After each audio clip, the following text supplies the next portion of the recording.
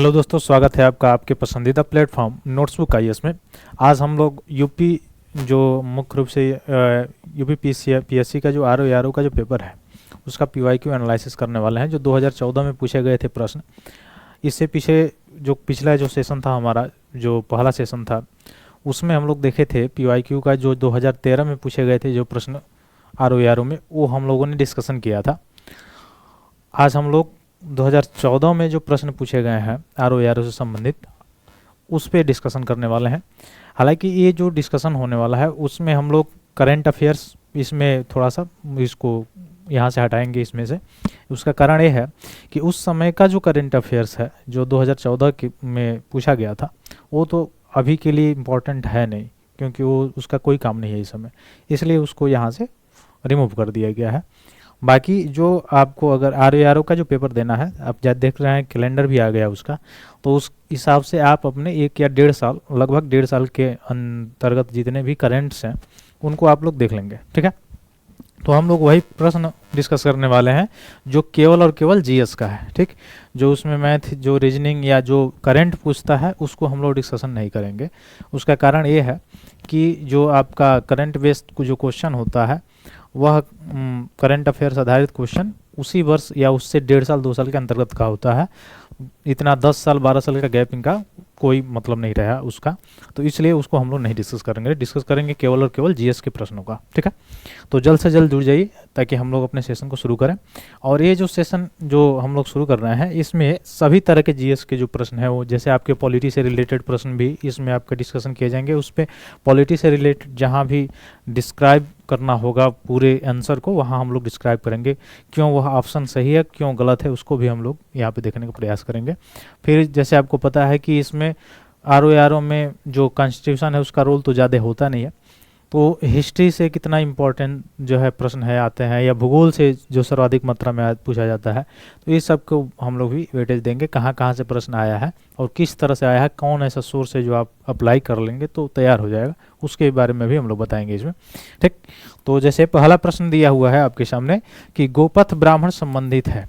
गोपथ ब्राह्मण यह क्या होता है, कोई बताएगा आप से?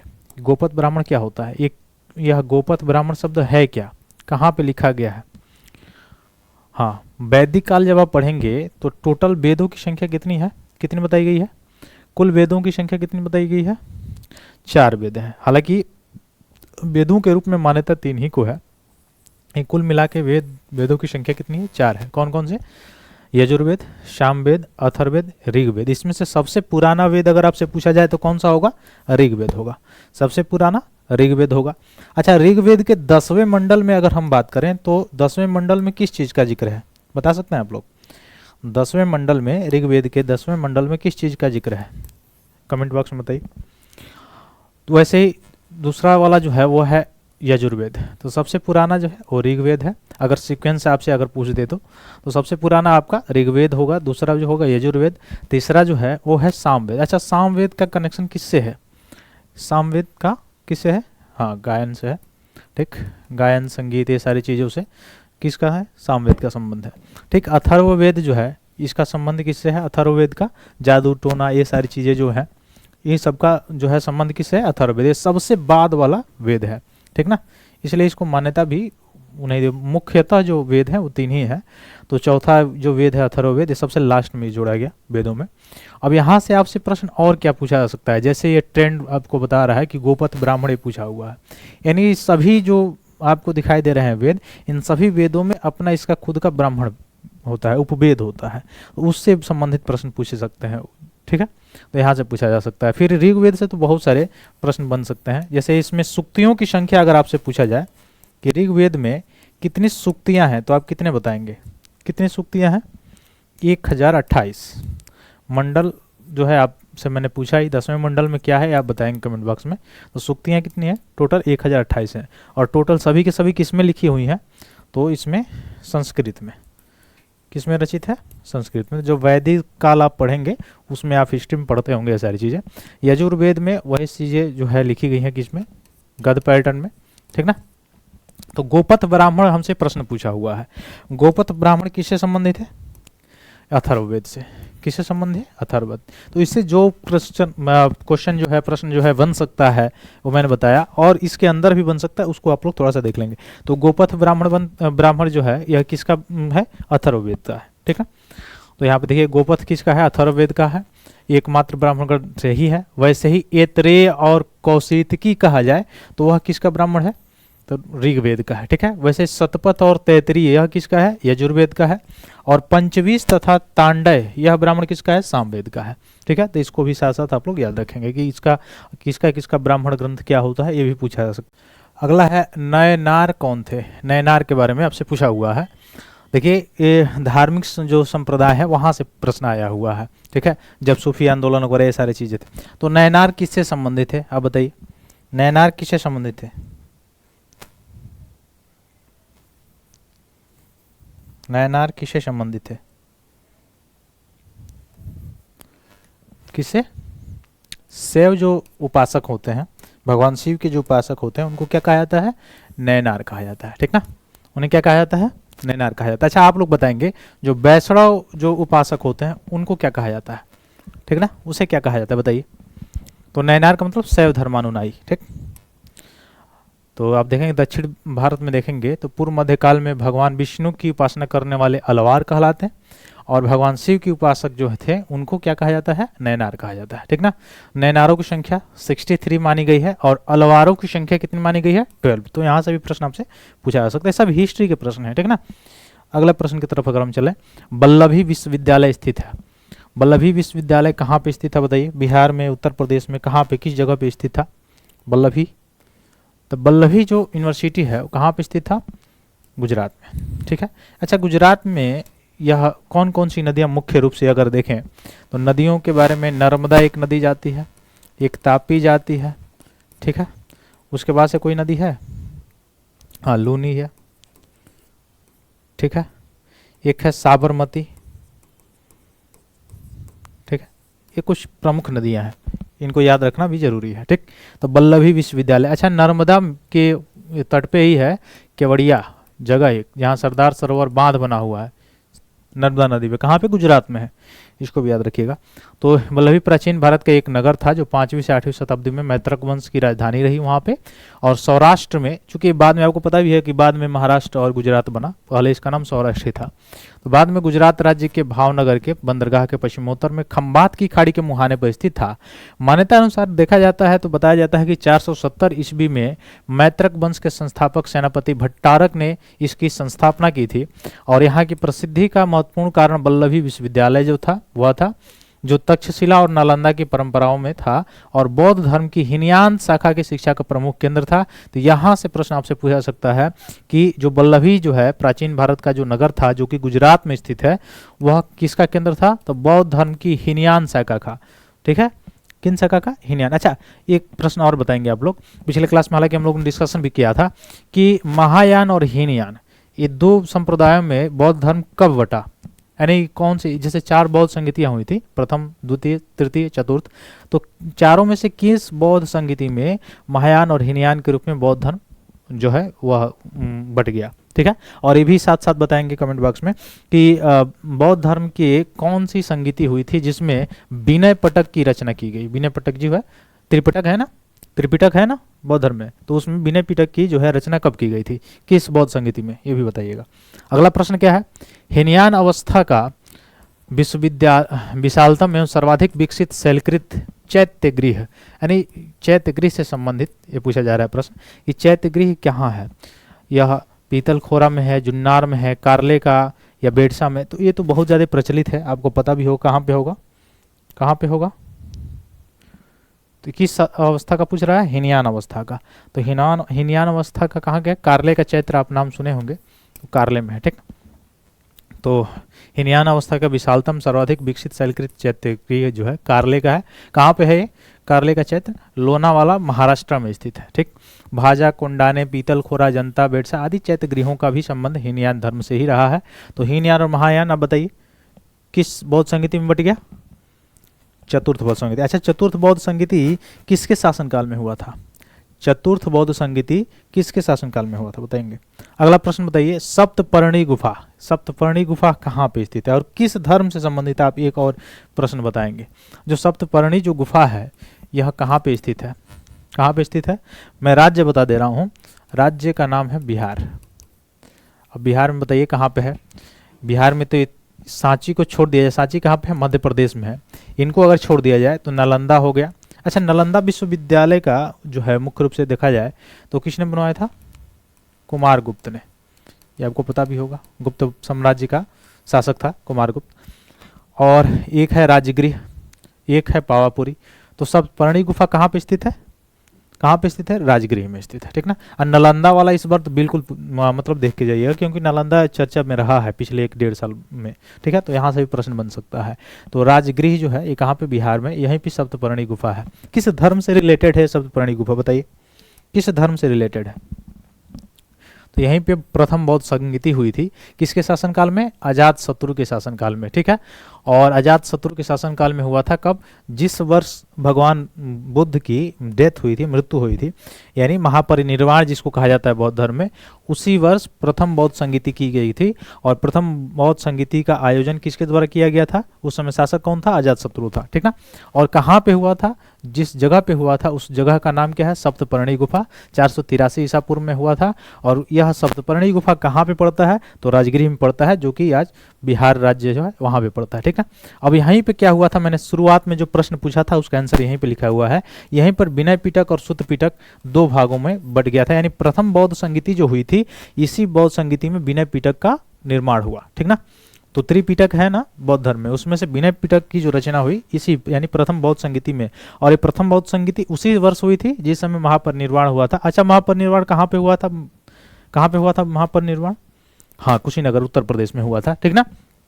अच्छा, एक आप देखे होंगे और स्तूप, स्तूप क्या होता है, बौद्ध धर्म में स्तूप की क्या मान्यता है, अब बताइए बौद्ध धर्म में स्तूप की क्या मान्यता है, ठीक।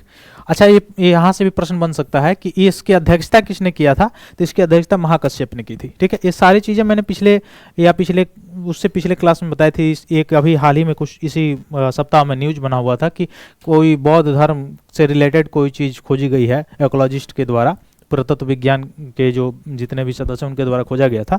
तो उस समय मैं पूरा डिटेल्स बताया था, ठीक है, अष्टांग मार्ग वगैरह सब चीज़ बताया था। उस वीडियो को भी आप जाके देख लेंगे, पूरा आपका बौद्ध धर्म जो है कंफर्म हो जाएगा। अगले प्रश्न की तरफ हम चले। अगला प्रश्न है, द्वार समुद्र किस राजवंश की राजधानी थी, तो द्वार समुद्र किस राजवंश की राजधानी थी, बताइए। प्राचीन भारत से भी प्रश्न आपसे पूछा गया है, किसकी थी, होयसाल वंश की, ठीक ना, होयसाल वंश की राजधानी, ठीक। तो होयसाल की राजधानी क्या थी, द्वार समुद्र थी, जो वर्तमान नाम इसका क्या है, हेलीवेड है। कहाँ पे पड़ता है भाई, कर्नाटक में। कर्नाटक के किस जिले, हासन जिले में है। जबकि बनवासी कदम्ब की जो राजधानी थी और तलकाड जो है वह कोवलाम गंगों की राजधानी थी। काकतीय वंश जो है ये थोड़ा सा इंपॉर्टेंट है, काकतीय वंश के जो संस्थापक थे कौन थे, भीमा प्रथम। उसने नलगोंडा यानी हैदराबाद में राज्य का गठन किया था और राजधानी कहाँ थी, अमकोंड थी, ठीक। तो ये बहुत अंदर से जाके पूछा हुआ है हिस्ट्री से, प्राचीन इतिहास से। अगला प्रश्न क्या है, महाभारत मूलतः किस रूप में जानी जाती है, बृहत कथा के रूप में, ब्राह्मण के रूप में, जय संहिता के रूप में, बृहत संहिता के रूप में, किस रूप में मुख्यतः जानी जाती है महाभारत, बताइए। अच्छा, महाभारत की रचना किसने किया था, महाभारत की रचना किसने किया था, महर्षि वेद व्यास ने, ठीक ना। हाँ, तो बताइए महाभारत मूलतः किस रूप में जानी जाती है। अच्छा, जो कुरुक्षेत्र आप नाम सुनते हैं, यह कुरुक्षेत्र कहाँ पड़ता है, कुरुक्षेत्र जो आप नाम सुनते हैं वो कहाँ पड़ता है, किस जगह पड़ता है। तो महाभारत मूलतः कहाँ पे मुख्य रूप से देखा जाए तो महाभारत जय संहिता, मूलतः किस रूप में जाना जाता है, महाभारत को जय संहिता के रूप में जाना जाता है, ठीक ना। तो ये याद रखेंगे, महाभारत की रचना किसने किया था, वेद व्यास जी ने किया था। लगभग 8800 श्लोक थे इसमें और इसीलिए इसका नाम क्या है, जय संहिता है। बाद में बढ़कर 24,000 भी श्लोक हो गए और भारत नाम से प्रसिद्ध हुआ। अंत में 1 लाख श्लोक होने के कारण इसे सतसहस्त्री संहिता या महाभारत कहा जाने लगा। यह 18 पर्वों में विभक्त है, विभाजित है। अगले प्रश्न की तरफ अगर चले, अगला प्रश्न है, किस अभिलेख से ज्ञात होता है कि स्कंदगुप्त ने हूणों को पराजित किया था। अच्छा, स्कंदगुप्त कौन था, गुप्ताज इम्प्लाइज एम्पेरर जब आप पढ़ते हैं, यानी गुप्त साम्राज्य पढ़ते हैं तो अच्छा, गुप्त साम्राज्य में ऐसे देखा जाए तो संस्थापना कौन किया था, किसने किया था, चंद्रगुप्त ने, ठीक ना। अच्छा, चंद्रगुप्त ने किया था, ठीक है। तो चंद्रगुप्त प्रथम तो वास्तविक संस्थापक माना जाता है। क्या उससे पहले कोई था चंद्रगुप्त प्रथम से पहले? घटोत्कच का नाम सुने हैं? घटोत्कच, हाँ, लेकिन वो लोगों ने नहीं माने थे। लेकिन जब चंद्रगुप्त प्रथम जो है राजगद्दी पे बैठा तो उसने एक उपाधि धारण की थी, महाराजा धीराज की जो है उपाधि धारण की थी, और उसी समय एक कैलेंडर भी जारी किया था जो गुप्त संवत के नाम से जिसे जाना जाता है, ठीक ना। इसको भी याद रखिए। और उसके बाद से कौन हुआ? चंद्रगुप्त प्रथम के बाद से कौन हुआ? हाँ, समुद्रगुप्त। अच्छा, समुद्रगुप्त जो है बीड़ा वादक जितने भी सिक्के हैं वो किसने चलाए थे? समुद्रगुप्त ने चलाए थे। फिर वैसे ही समुद्रगुप्त के बाद अगर आप जाएंगे तो कौन होता है? रामगुप्त होता है। रामगुप्त वही विक्रमादित्य जो है जिसको कहा जाता है चंद्रगुप्त द्वितीय, उसी का बड़ा भाई, और वह अपने बड़े भाई की हत्या करके फिर उसके साथ क्या होता है? तो उसमें नवरत्न जो कालिदास वगैरह आप देखते हैं, आर्यभट्ट वगैरह, उसी के दरबार में रहते थे, ठीक है। अच्छा, विक्रमादित्य कोई जो उपाधि है जो चंद्रगुप्त द्वितीय ने धारण की थी, ऐसा कोई नई उपाधि नहीं थी। इससे पहले भी बहुत सारे शासक जो है ऐसे हुए थे जो विक्रमादित्य की उपाधि धारण कर चुके थे, ठीक ना। तो इस चीज़ को भी याद रखिएगा। ऐसा केवल अगर कह के पूछ दे कि केवल उपाधि चंद्रगुप्त द्वितीय की ही उपाधि थी विक्रमादित्य, तो ये सही नहीं है स्टेटमेंट, ठीक ना। चलिए, तो इस प्रश्न का उत्तर दीजिए। किस अभिलेख से ज्ञात होता है कि स्कंदगुप्त ने हुड़ों को पराजित किया था? कौन सा? भीतरी स्तंभ अभिलेख, दूसरा है इलाहाबाद स्तंभ अभिलेख, तीसरा है मंदसौर अभिलेख, उदयगिरी अभिलेख। कौन सा अभिलेख से प्रमाणित होता है बताइए? किस अभिलेख से प्रमाणित होता है? अच्छा, इलाहाबाद स्तंभ लेख की अगर बात की जाए तो इसमें किनका स्तंभ लेख है? एक तो है यहाँ अकबर का भी है, इससे पहले किसका है? समुद्रगुप्त का भी है, और किसका है? अशोक का भी है, ठीक ना। तो तीनों एम्पायर का यहाँ पे है। कहाँ पे? इलाहाबाद अभिलेख, अब जो स्तंभ अभिलेख है। तो ये जो स्कंदगुप्त ने जो हुड़ों को पराजित किया था वो किस पे लिखा हुआ है? भीतरी स्तंभ अभिलेख पे। भीतरी स्तंभ जो लेख है उससे ज्ञात होता है कि स्कंदगुप्त ने हुड़ों को क्या किया था? पराजित किया था। तो यह पुष्यमित्र एवं हुड़ों के साथ स्कंदगुप्त के युद्ध का वर्णन मिलता है इसमें। और ये कहाँ पे है अभिलेख? भीतरी स्तंभ अभिलेख उत्तर प्रदेश के गाजीपुर जिले के सैदपुर तहसील के भीतर एक भीतरी नामक एक स्थान पर जो है इसका मुख्य रूप से देखा जाता है, मिलता है वहाँ पे। और हुड़ों पर पहला भारतीय आक्रमण गुप्त सम्राट स्कंदगुप्त के शासनकाल में लगभग 455 ईस्वी के आसपास हुआ था, जिसमें हुड़ों को स्कंदगुप्त ने बुरी तरह से परास्त किया था। तो ये याद रखिएगा कहाँ पे है, ये भी पूछा जा सकता है। कहाँ पे है? तो उत्तर प्रदेश में। कहाँ पे? गाजीपुर जो जिला है वहाँ के तहसील में, ठीक। तो गाजीपुर जिले में, ठीक। किसने? स्कंदगुप्त ने। और मुख्य रूप से किसके किसके इस अभिलेख में किसको किसको हराजित करने के? तो पुष्यमित्र शुंग और हुड़ों दोनों को। अगला प्रश्न, हर्ष ने यानी हर्षवर्धन की बात किया जाता है। अच्छा, हर्षवर्धन किस वंश से था? हर्षवर्धन किस वंश से था बताइए? हर्ष ने निम्नलिखित में से किन रचनाओं का लेखन किया था, यानी स्वयं लिखा था? बताइए कौन कौन सा इसमें जो रचना, जैसे आपको दिया हुआ है प्रियदर्शिका, नागानंद, हर्षचरित, रत्नावली, इन सभी में से कौन कौन ऐसी रचनाएं हैं जो हर्ष के द्वारा किए गए थे? बताइए कौन कौन से किए गए थे? किसने किया? प्रियदर्शिका किसके द्वारा किया गया था? हर्ष के द्वारा लिखा गया था। नागानंद भी हर्ष के द्वारा, और रत्नावली भी हर्ष के द्वारा। इसका मतलब कौन हुआ? 1 2 4। 1 2 4 कौन सा है? ऑप्शन बी है, ठीक ना। तो प्रियदर्शिका, नागानंद, रत्नावली, यह सब किसके द्वारा लिखा गया था? खुद हर्षवर्धन यानी हर्ष के द्वारा लिखा गया था, ठीक ना। और हर्षचरित की अगर बात किया जाए तो हर्षचरित की रचना किसने की थी? बाणभट्ट ने की थी, ठीक है। तो ये याद रखिएगा, हर्षचरित की रचना किसने किया था? बाणभट्ट ने किया था, बाकी सब हर्ष ने लिखा था। और तीनों तीनों क्या थे? नाटक थे। अगले प्रश्न की तरफ देखिए। इसमें कहा गया है कि इनमें से किसे शाहजहां ने शाह बुलंद इकबाल की पदवी दी थी? शाह बुलंद इकबाल की पदवी, ये मिडिएबल में आप चले आए, आप मिडिएबल जो हिस्ट्री है वहां से पूछा गया प्रश्न है। शाह बुलंद इकबाल की पदवी किसको दिया था शाहजहां ने? अच्छा, शाहजहां अगर देखा जाए तो ये आता है बाबर। बाबर के बाद से कौन सा है? हुमायूं। इसका कुछ कार्यकाल तो गैपिंग रहता है, आप देखते होंगे, देखे होंगे कैसे गैपिंग रहता है, किस कारण से गैपिंग रखता है। उसका कारण ये है कि शेरशाह सूरी से ये पराजित होकर भग जाता है। उसके बाद से इसका लड़का अकबर, फिर इसके लड़का जहांगीर, फिर इसका शाहजहां, और इसका सबसे खतरनाक लड़का, हालांकि एक ही नहीं थे जो हाईलाइटेड हुए, मैं बता रहा हूं, औरंगजेब। औरंगजेब, ठीक ना। औरंगजेब की मृत्यु होते होते लगभग 1707 ईस्वी आते आते पूरी व्यवस्था मुगल साम्राज्य की चरमरा गई। इसको जाते जाते पूरी कहानी खत्म हो गई। तो बताइए किसे जो है शाह बुलंद इकबाल की उपाधि दिया था शाहजहां ने? बताइए किसे दिया था? दारा सिकोह को। किसको दिया था? दारा सिकोह को दिया था। ठीक ना? तो दारा सिकोह को शाह बुलंद इकबाल की उपाधि किसने दिया था? शाहजहां ने दिया था। ठीक, तो ये याद रखिएगा। अगले प्रश्न पे अगर हम लोग चलें, अगला प्रश्न है रोलेट एक्ट किस वायसराय के, ये आपके मॉडर्न हिस्ट्री से लिया गया प्रश्न है। और रोलेट एक्ट कब पारित हुआ था? अच्छा, इससे रोलेट एक्ट से पहले कोई एक्ट आया हुआ था क्या?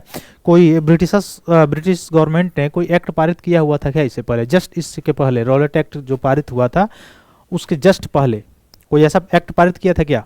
हाँ, पूरे जन आंदोलन को दबाने के लिए ऐसा किया गया था, वो अलग चीज़ है। इससे पहले क्या आया था? 1919 का भारत शासन अधिनियम आया था। अच्छा, 1919 का भारत शासन जो अधिनियम है उसको और किस नाम से जाना जाता है बताएंगे आप सब? 1919 का भारत शासन जो अधिनियम है उसको और किस नाम से जाना जाता है? हाँ, किस नाम से? मॉन्टेग्यू चैम्सफोर्ड अधिनियम। तो मॉन्टेग्यू चैम्सफोर्ड अधिनियम के नाम से भी इसको जाना जाता है 1919 का। इसके जस्ट बात आता है 1919 में ही आता है, 1919 में ही आता है क्या? रोलेट एक्ट, बिना दलील और बिना वकील के वाला ये एक्ट कहा जाता है। क्योंकि शक के आधार पर जिसको भी, अच्छा आज आप लोग देखे होंगे हमारे कॉन्स्टिट्यूशन में भी ऐसा मेंशन है, आर्टिकल 20 जब आप पढ़ेंगे तो उसमें भी मेंशन है, आप देखे होंगे कि निवारक निरोध वाला। तो निवारक निरोध जो उस समय का है जो रोलेट एक्ट में था उसमें एक था कि शक के आधार पर, इसमें तो बाउंडेशन है ना कि 90 दिन तक अगर आप नहीं किए, 90 दिन मैक्सिमम 3 मंथ आप अपने पास मतलब रख सकते हैं निवारक नजरबंदी में ऐसे। लेकिन इसमें क्या था रोलेट एक्ट में कि शक के आधार पर आपको गिरफ्तार किया जा सकता है और गिरफ्तार करने के बाद आपकी कोई भी सुनवाई नहीं की जाएगी। ठीक है, अब शक के आधार पर अब ऐसा क्यों बनाया गया था आप समझ सकते हैं इसके पीछे लॉजिक क्या हो सकता है। इसके पीछे लॉजिक यही था कि जो उस समय जन सैलाब, जन आंदोलन जो ऊंचाइयों को प्राप्त कर रहा था, जन आंदोलन जो तेजी से बढ़ रहा था, जन भागीदारी जो तेजी से बढ़ रहा था ब्रिटिशर्स के खिलाफ, उसको किसी तरह से समाप्त करने के लिए, पूरे बल दल के साथ समाप्त करने के लिए ये एक्ट पारित किया हुआ था ब्रिटिशर्स ने, ताकि शक के आधार पर किसी को भी गिरफ्तार कर लेंगे और वकालत तो होगी नहीं, उसमें सुनवाई तो होगी नहीं, तो सीधी बात है। और अभी जो हमारे वहाँ निवारक निरोध जो कानून है उसमें क्या होता है, उसमें सुनवाई भी होती है। ठीक है, ऐसा नहीं कि नहीं है। तो इसी के विरोध में तो क्या हुआ था, 2 लोगों की गिरफ्तारी हुई थी और 13 अप्रैल की घटना आपको याद है क्या हुआ था? जलियांवाला बाग नरसंहार हुआ था। तो ये पूछा जा रहा है कि रोलेट एक्ट जो है किस वायसराय के काल में पारित हुआ था? Lord Hardinge, Lord Reading, Lord Chelmsford, Lord Minto second. बताइए किसके शासन में हुआ था? अभी आप समझ गए होंगे, मैंने बताया इसमें तो किसके समय में, कौन उस समय यहाँ का वायसराय था? वायसराय था लॉर्ड चैम्सफोर्ड। कौन था? लॉर्ड चैम्सफोर्ड यहाँ का वायसराय था। और मॉन्टेग्यू क्या था? सचिव था। ठीक है, भारत का सचिव था। ठीक ना? अब यहाँ से आप बताएंगे, 2-3 प्रश्न मैं यहाँ से पूछ रहा हूँ, आप बताइए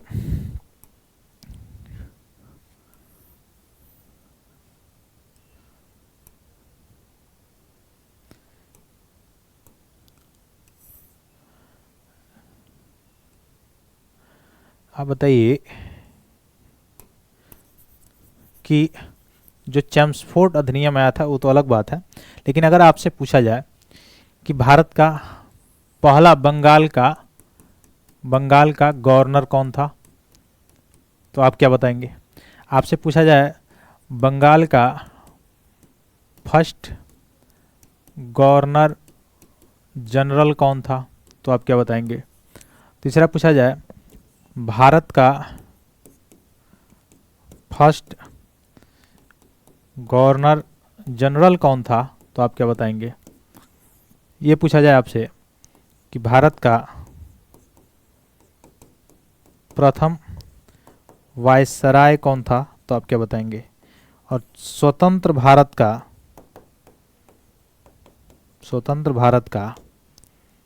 प्रथम वायसराय कौन था, आप क्या बताएंगे? और छठा क्वेश्चन लिखते जाइए, स्वतंत्र भारत का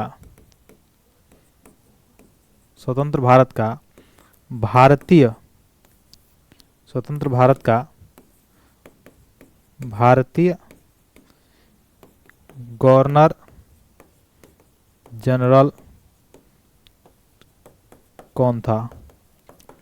फिर आप लिख सकते हैं और भी दो चार प्रश्न जो आप कमेंट बॉक्स में आंसर देंगे या जाके अपने नोट्स में देखेंगे, क्योंकि यहाँ से प्रश्न बनते हैं और बन भी सकते हैं, बिल्कुल बन सकते हैं, ऐसा नहीं कि नहीं बन सकते, ठीक ना। फिर आप देखेंगे जाके अगला प्रश्न कि बंगाल का अंतिम गवर्नर कौन था। फिर आप देखेंगे बंगाल का अंतिम गवर्नर जनरल कौन था। फिर भारत का अंतिम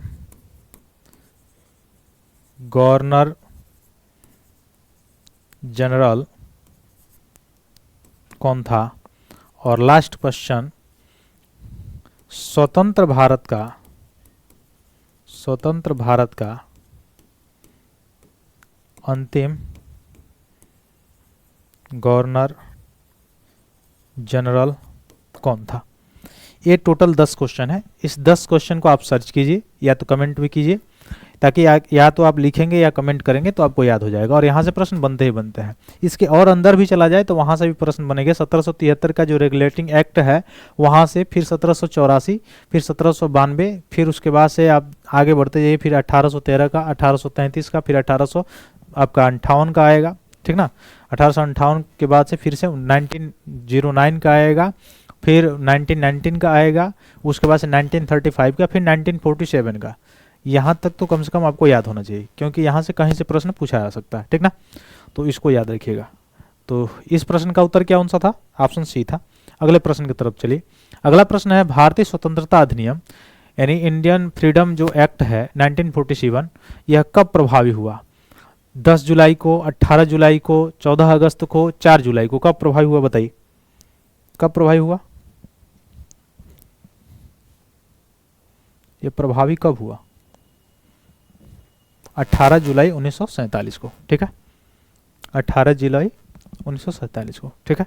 अच्छा, भारतीय स्वतंत्रता अधिनियम जो 1947 था, इसमें ये तो प्रभावी हो गया, ठीक है। इसमें जो भारत का राष्ट्रीय तिरंगा है, राष्ट्रीय झंडा जिसका नाम तिरंगा है, इसको कब अपनाया गया राष्ट्रीय झंडा के रूप में, कब अपनाया गया, 22 जुलाई 1947 को, ठीक ना। अच्छा, एक ड्राफ्टिंग कमेटी बनी हुई थी संविधान बनाने के लिए संविधान सभा में, ठीक है, प्रारूप समिति, आप जानते होंगे, 7 सदस्यों वाली समिति थी, इसमें 7 मेंबर थे। हालांकि 2 लोग आउट कम हुए तो 9 हो गए कुल मिला के, अगर देखा जाए तो। इसका अध्यक्ष डॉक्टर भीमराव अंबेडकर जी थे।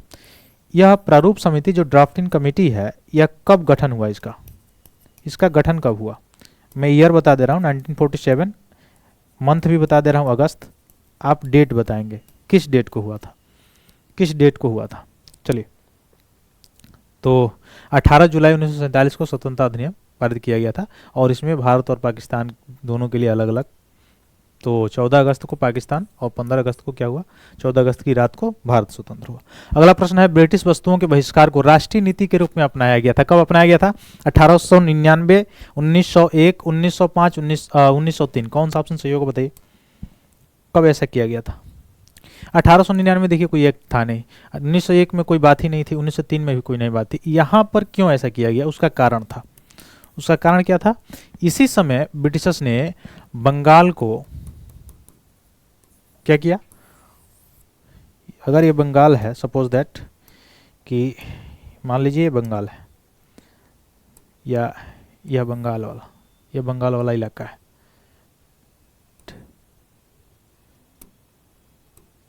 ठीक है। इसको क्या किया, 2 पार्टों में बांट दिया। इधर वाला पार्ट आज भी है, आप पता है आपको, पश्चिम बंगाल, इधर इसको पूर्वी बंगाल कहा गया। और पूर्वी बंगाल जो वाला हिस्सा था, बाद में जब पाकिस्तान आज़ाद हुआ तो उसके साथ ही पूर्वी पाकिस्तान बन गया, और 1971 में यही जाके बांग्लादेश बना, ठीक ना, यही जाके क्या बना, बांग्लादेश बना, जो आज आप बांग्लादेश देख रहे हो।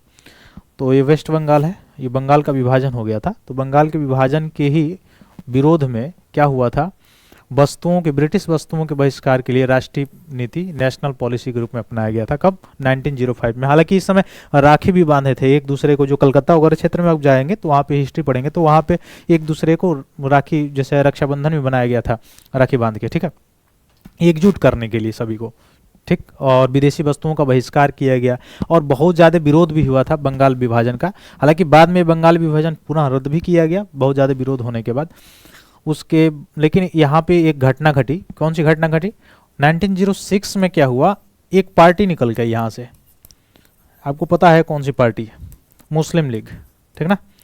तो मुस्लिम लीग का गठन कहाँ हुआ था, ढाका में हुआ था, जो आज का बांग्लादेश आप देखते हैं जिसकी राजधानी ढाका है, वहाँ पे हुआ था। तो ये पूरा क्षेत्र जो था बंगाल का था। हालांकि बिहार झारखंड वाला जो क्षेत्र आप देखते हैं, उड़ीसा वाला क्षेत्र, ये सब का सब क्षेत्र जो है बंगाल के अंतर्गत आता था।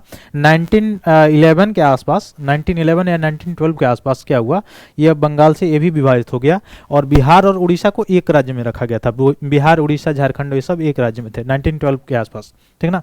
तो उससे भी इसको विभाजित कर दिया गया। बाकी तो उस समय सब एक टेरिटरी, जैसे आप पढ़ते होंगे 1773 का जो रेगुलेटिंग एक्ट पढ़ते हैं, उस समय जो बात की जाती है बंगाल, मद्रास और बंबई की, तो उस समय की जो बंगाल है वो आज के बंगाल से कंपेयर ना कीजिए। आज का जो बंगाल है वह उस समय का बंगाल नहीं था। उस समय का बंगाल का अंतर्गत का मतलब जो आज आपका बांग्लादेश है, जो बंगाल है, जो मुख्य रूप से झारखंड है, बिहार है और उड़ीसा, ये सब उसमें समाहित थे, सब उसमें मतलब सम्मिलित है, ठीक ना। तो उस समय का बंगाल और इसमें बहुत अंतर है। तो ये इसका आंसर कौन सा हो जाएगा, ऑप्शन डी सही हो जाएगा, ठीक। चलिए अगले प्रश्न की तरफ अगर चले हम। अच्छा, किसने किया था, ये भी प्रश्न पूछा जा सकता है कि किसने इस बंगाल विभाजन किसके समय में हुआ था, उस समय कौन वायसराय था, लॉर्ड कर्जन था, ठीक ना। ये याद रखिएगा, कौन सा था, कौन वायसराय था, लॉर्ड कर्जन था वायसराय, बंगाल विभाजन का घोषणा किया था। और इसी के परिणाम स्वरूप 7 अगस्त 1905 को कलकत्ता के टाउन हॉल में स्वदेशी आंदोलन की घोषणा की गई थी और विदेशी वस्तुओं का बहिष्कार किया गया था। अगले प्रश्न में देखिए, फूट डालो और राज करो, यह रणनीति अपनाई गई थी किसके द्वारा, लॉर्ड कर्जन के द्वारा, लॉर्ड मिंटो के द्वारा, लॉर्ड डलहौजी के द्वारा, बेलेजेली के द्वारा, किसके द्वारा। तो देखिए 1909 में एक एक्ट आया था, आपको पता है, और उस समय वायसराय था कौन, लॉर्ड मिंटो। हालांकि लॉर्ड वोट तो लगाना नहीं चाहिए इन लोगों के, क्योंकि ये जब ये आपको पता है, जब आप पढ़ेंगे उसमें एक्ट पढ़ेंगे 1773 के बाद वाला जो फॉरेस्ट एक्ट पढ़ेंगे, फॉरेस्ट एक्ट में ऐसा एक्ट इन्होंने पारित किया था कि जितने भारत का आज जो पर्यावरण से संबंधित जितना मुद्दे आप देख रहे हैं, वो तो ठीक है, डेवलपिंग कंट्री है, भारत का जो मुद्दा है अलग है, लेकिन इसमें बहुत बड़ा योगदान इन महानुभावों का रहा। यहाँ के जितने भी जो ट्राइबल्स बेल्ट हैं उनको वहाँ से वंचित, जाना उन्हें वंचित कर दिया गया, और जितने भी फॉरेस्ट जो इलाके थे उसको काट के जितना भी करना था इनको, वो सारी चीज़ें की। तो इसके कारण आज का जो पर्यावरण की स्थिति है वो आप देख ही रहे हैं। तो फूट डालो राज्य करो, तो उस समय 1909 में एक एक्ट आया था, ठीक है, भारत शासन अधिनियम। उस अधिनियम का और भी एक और नाम है क्या, मार्ले मिंटो सुधार भी कहा जाता है इसको, मार्ले मिंटो सुधार। हालांकि सुधार क्या, कोई सुधार नहीं हुआ था इसमें, ठीक ना।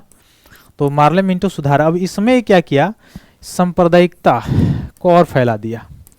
अब कैसे सांप्रदायिकता को और फैला दिया, बढ़ावा दिया, मार्ले मिंटो सुधार जो था, इसने मुस्लिमों के लिए, मुस्लिम समुदाय के लोगों के लिए अलग सीट, हिंदू समुदाय के लिए अलग सीट, या सीटों का बंटवारा कर दिया अलग अलग, ठीक है, ताकि इसमें अलग अलग आपस में लड़ेंगे राजनीतिक रूप में और ऑटोमेटिक ही इस लड़ाई से अलग हो जाएंगे, ठीक। तो ये सारी चीज़ें, महिलाओं को वोटिंग 1919 वाला में दिया गया था, ठीक ना, 1909 में नहीं दिया गया था। तो सांप्रदायिकता का जनक इसको कहा जाता है। हालांकि मिंटो को ही क्या कहा जाता है, सांप्रदायिकता का जनक। तो ये पूरा प्रोसेस जो है वो यही था, क्या रणनीति था, फूट डालो और राज्य करो की रणनीति थी। तो मिंटो उस समय क्या था, भारत में वायसराय के पद पे था। हाँ, वही गवर्नर जनरल, बाद में पद ए वायसराय हो गया। 1858 में ए वायसराय हो गया, मतलब पद जो था, ठीक। उससे पहले गवर्नर जनरल का पद हुआ करता था। जब 1857 की क्रांति हुई उसके बाद से ये पूरा जो है कंपनी के जो शासन है उसको समाप्त कर दिया गया और डायरेक्ट वहाँ की जो महारानी थी उसके अंतर्गत आ गया शासन। तो वहाँ से ये वायसराय की पद भी शुरू हो गई 1858 वाला जो एक्ट आता है वहाँ से, ठीक ना। तो मार्ले मिंटो, जो मिंटो है उस समय वायसराय था और मार्ले क्या था, भारत का सचिव था। इसीलिए इस एक्ट को मार्ले मिंटो सुधार के नाम से, यानी मार्ले मिंटो अधिनियम के नाम से भी इसको जाना जाता है। तो कब आया था? 1909 में आया था। तो इस तरह से इस प्रश्न का उत्तर कौन सा होगा?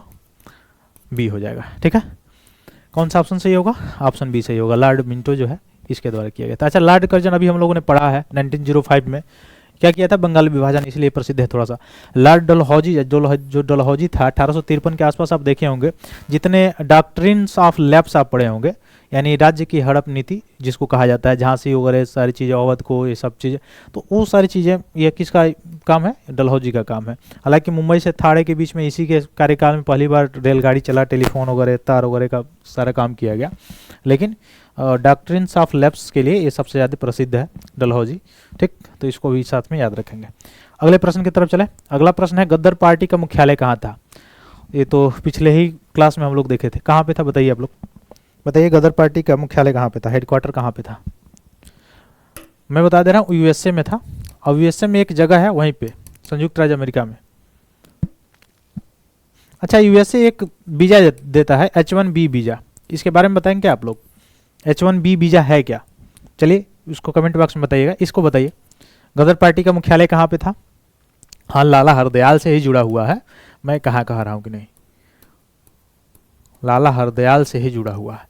बताइए, गदर पार्टी का मुख्यालय कहाँ पे था? San Francisco, New York, Madras, Calcutta, कहाँ पे था? यूएसए में। तो यूएसए में कहाँ पे है? यूएसए, न्यूयॉर्क में, मद्रास, कलकत्ता, तो ऐसे ही कट गया आपका। कहाँ पे है? San Francisco. ठीक है, याद रखिए, गदर पार्टी का मुख्यालय कहाँ पे था? सैन फ्रांसिस्को में था। ठीक, तो 1913 में Sohan Singh Bhakna Hindustan Association of the Pacific Coast नामक संस्था की स्थापना की थी। यही संस्था गदर पार्टी के नाम से अखबारों में गदर निकालती थी, मतलब गदर नामक अखबार निकालता था, और इस संस्था का नाम भी गदर पार्टी पड़ गया बाद में जाके। मुख्यालय कहाँ पे है? सैन फ्रांसिस्को, जो कहाँ पे पड़ता है? यूएसए में पड़ता है। मैंने बताया आपको। अगले प्रश्न की तरफ अगर हम चलेंगे, अगला प्रश्न है, इनमें से कौन उग्र राष्ट्रवाद के उल्लेखनीय नेताओं में से नहीं था? तो दो तरह के दल थे, कौन कौन से? एक उग्र और एक नम्र, मतलब नरम दल वाले। तो एक नरम दल था, एक गरम दल था। नरम में कौन कौन थे? अच्छा, गरम में कौन कौन से? लाल, बाल, पाल, ये सब आप पढ़े होंगे। लाला लाजपत राय, बाल गंगाधर तिलक, बिपिन चंद्र पाल। तो इसमें कह रहा है कि उग्र राष्ट्रवाद के उल्लेखनीय नेताओं में से नहीं था। कौन नहीं था? इसका मतलब उग्र नहीं था, तो आपसे क्या पूछ रहा है? नरम दल के नेता के बारे में पूछ रहा है। तो ठीक है, इसमें लाल यानी लाला लाजपत राय, तो ये तो गरम दल के हो जाएंगे। बाल कौन सा होंगे बताइए? बाल गंगाधर तिलक या लोकमान्य तिलक भी इनको कहा जाता है। पाल, बिपिन चंद्र पाल। तो ये तीनों तो गरम दल के हो गए। तो नरम दल के कौन होंगे? गोपाल कृष्ण गोखले। तो यही पूछ रहा था कि जो उग्र राष्ट्रवाद के उल्लेखनीय नेताओं में से नहीं थे, कौन होंगे? गोपाल कृष्ण गोखले। तो ऑप्शन आपका कौन सा सही हो जाएगा? ऑप्शन ए सही होगा। अच्छा, इनमें कभी टकराव हुआ था क्या? कभी कॉन्फ्लिक्ट हुआ था क्या गरम दल और नरम दल के बीच में? कभी कॉन्फ्लिक्ट हुआ था क्या? सबसे पहला बार कॉन्फ्लिक्ट कब हुआ था? किस अधिवेशन में हुआ था बताइए? कांग्रेस की वो अधिवेशन थी, उसमें फूट हो गया था, दोनों में अलगाव हो गया था, कॉन्फ्लिक्ट हो गया था। वो कौन सा अधिवेशन था? कहाँ का अधिवेशन था बताइए? सूरत में बता दे रहा हूँ, सूरत का अधिवेशन था। आप बताएंगे कब वो अधिवेशन कहाँ पे हुआ था? सूरत में हुआ था। किस समय? 1907 में। ठीक ना, इस समय नरम दल और गरम दल अलग हो गए थे। अच्छा, इस सूरत वाला जो अधिवेशन हुआ था उसकी अध्यक्षता कौन कर रहे थे? उसकी अध्यक्षता किसने किया था? सूरत जो अधिवेशन था उसकी अध्यक्षता किसने किया था? बताएंगे आप लोग। अगले प्रश्न में चले। कह रहा है, इनमें से किसे द ग्रैंड ओल्ड मैन के नाम से जाना जाता है? तो बहुत आसान है, बताइए किसे कहा जाता है? उन्होंने सबसे पहले आय का आकलन भी किया था भारत के, बताइए। उन्होंने ही आय का आकलन भी किया था भारत का। हाँ, दादा भाई नौरोजी। ठीक है, तो याद रखिएगा, दादा भाई नौरोजी। अच्छा, WC बनर्जी आ ही गए हैं तो बता दे रहा है, वो व्योमेश चंद्र बनर्जी जी हैं, उनका नाम है WC बनर्जी। ठीक है, Dada Bhai Naoroji the grand old man के नाम से इनको जाना जाता है। ये तो आसान क्वेश्चन था, आपको पता भी था। अगला प्रश्न देखिए, इनमें से कौन भारतीय संविधान सभा का अध्यक्ष था? तो भारतीय संविधान सभा का अध्यक्ष कौन कौन था, अब आप बताइए। संविधान सभा बनना शुरू हुई, अच्छा कैबिनेट मिशन के चलते शुरू हुई 1946 में। अब संविधान सभा जब बनना शुरू हुई तो 2-3 तारीख आपको याद रखना जरूरी है, 9, 11, 13, 9 दिसंबर का, 11 दिसंबर का और 13 दिसंबर का। 9 दिसंबर को क्या हुआ था? इस दिन सच्चिदानंद जी को क्या किया गया था? डॉक्टर सच्चिदानंद जी को अस्थायी अध्यक्ष चुना गया था संविधान सभा का, अस्थायी अध्यक्ष। और 11 दिसंबर को क्या हुआ था? अस्थायी अध्यक्ष चुन लिया गया था। पता है किनको? राजेंद्र बाबू को, डॉक्टर राजेंद्र प्रसाद जी को। ठीक है, कहाँ के थे ये? बिहार में एक जगह है सिवान, वहीं पे जगह है जीरादेई, वहीं के थे। ठीक है, भारत के प्रथम राष्ट्रपति भी बने, कृषि मंत्री भी थे अंतरिम सरकार में। ठीक ना, अंतरिम सरकार में कृषि मंत्री भी थे। तो 11 दिसंबर को अस्थायी अध्यक्ष चुना गया संविधान सभा का। उसके बाद से 13 दिसंबर को जवाहरलाल नेहरू ने उद्देश्य प्रस्ताव प्रस्तुत किया। ये तो संविधान सभा की बात हो गई, लेकिन संविधान सभा दो तरह से काम करती थी। ठीक है, एक तो कॉन्स्टिट्यूशनल असेंबली की तरह, और दूसरा कॉन्स्टिट्यूशन की जो प्रोविजन है उसके तरह मुख्य रूप से काम करती थी। तो उस समय जो अध्यक्षता होता था वो कौन करते थे? उस समय अध्यक्षता कौन करते थे बताइए?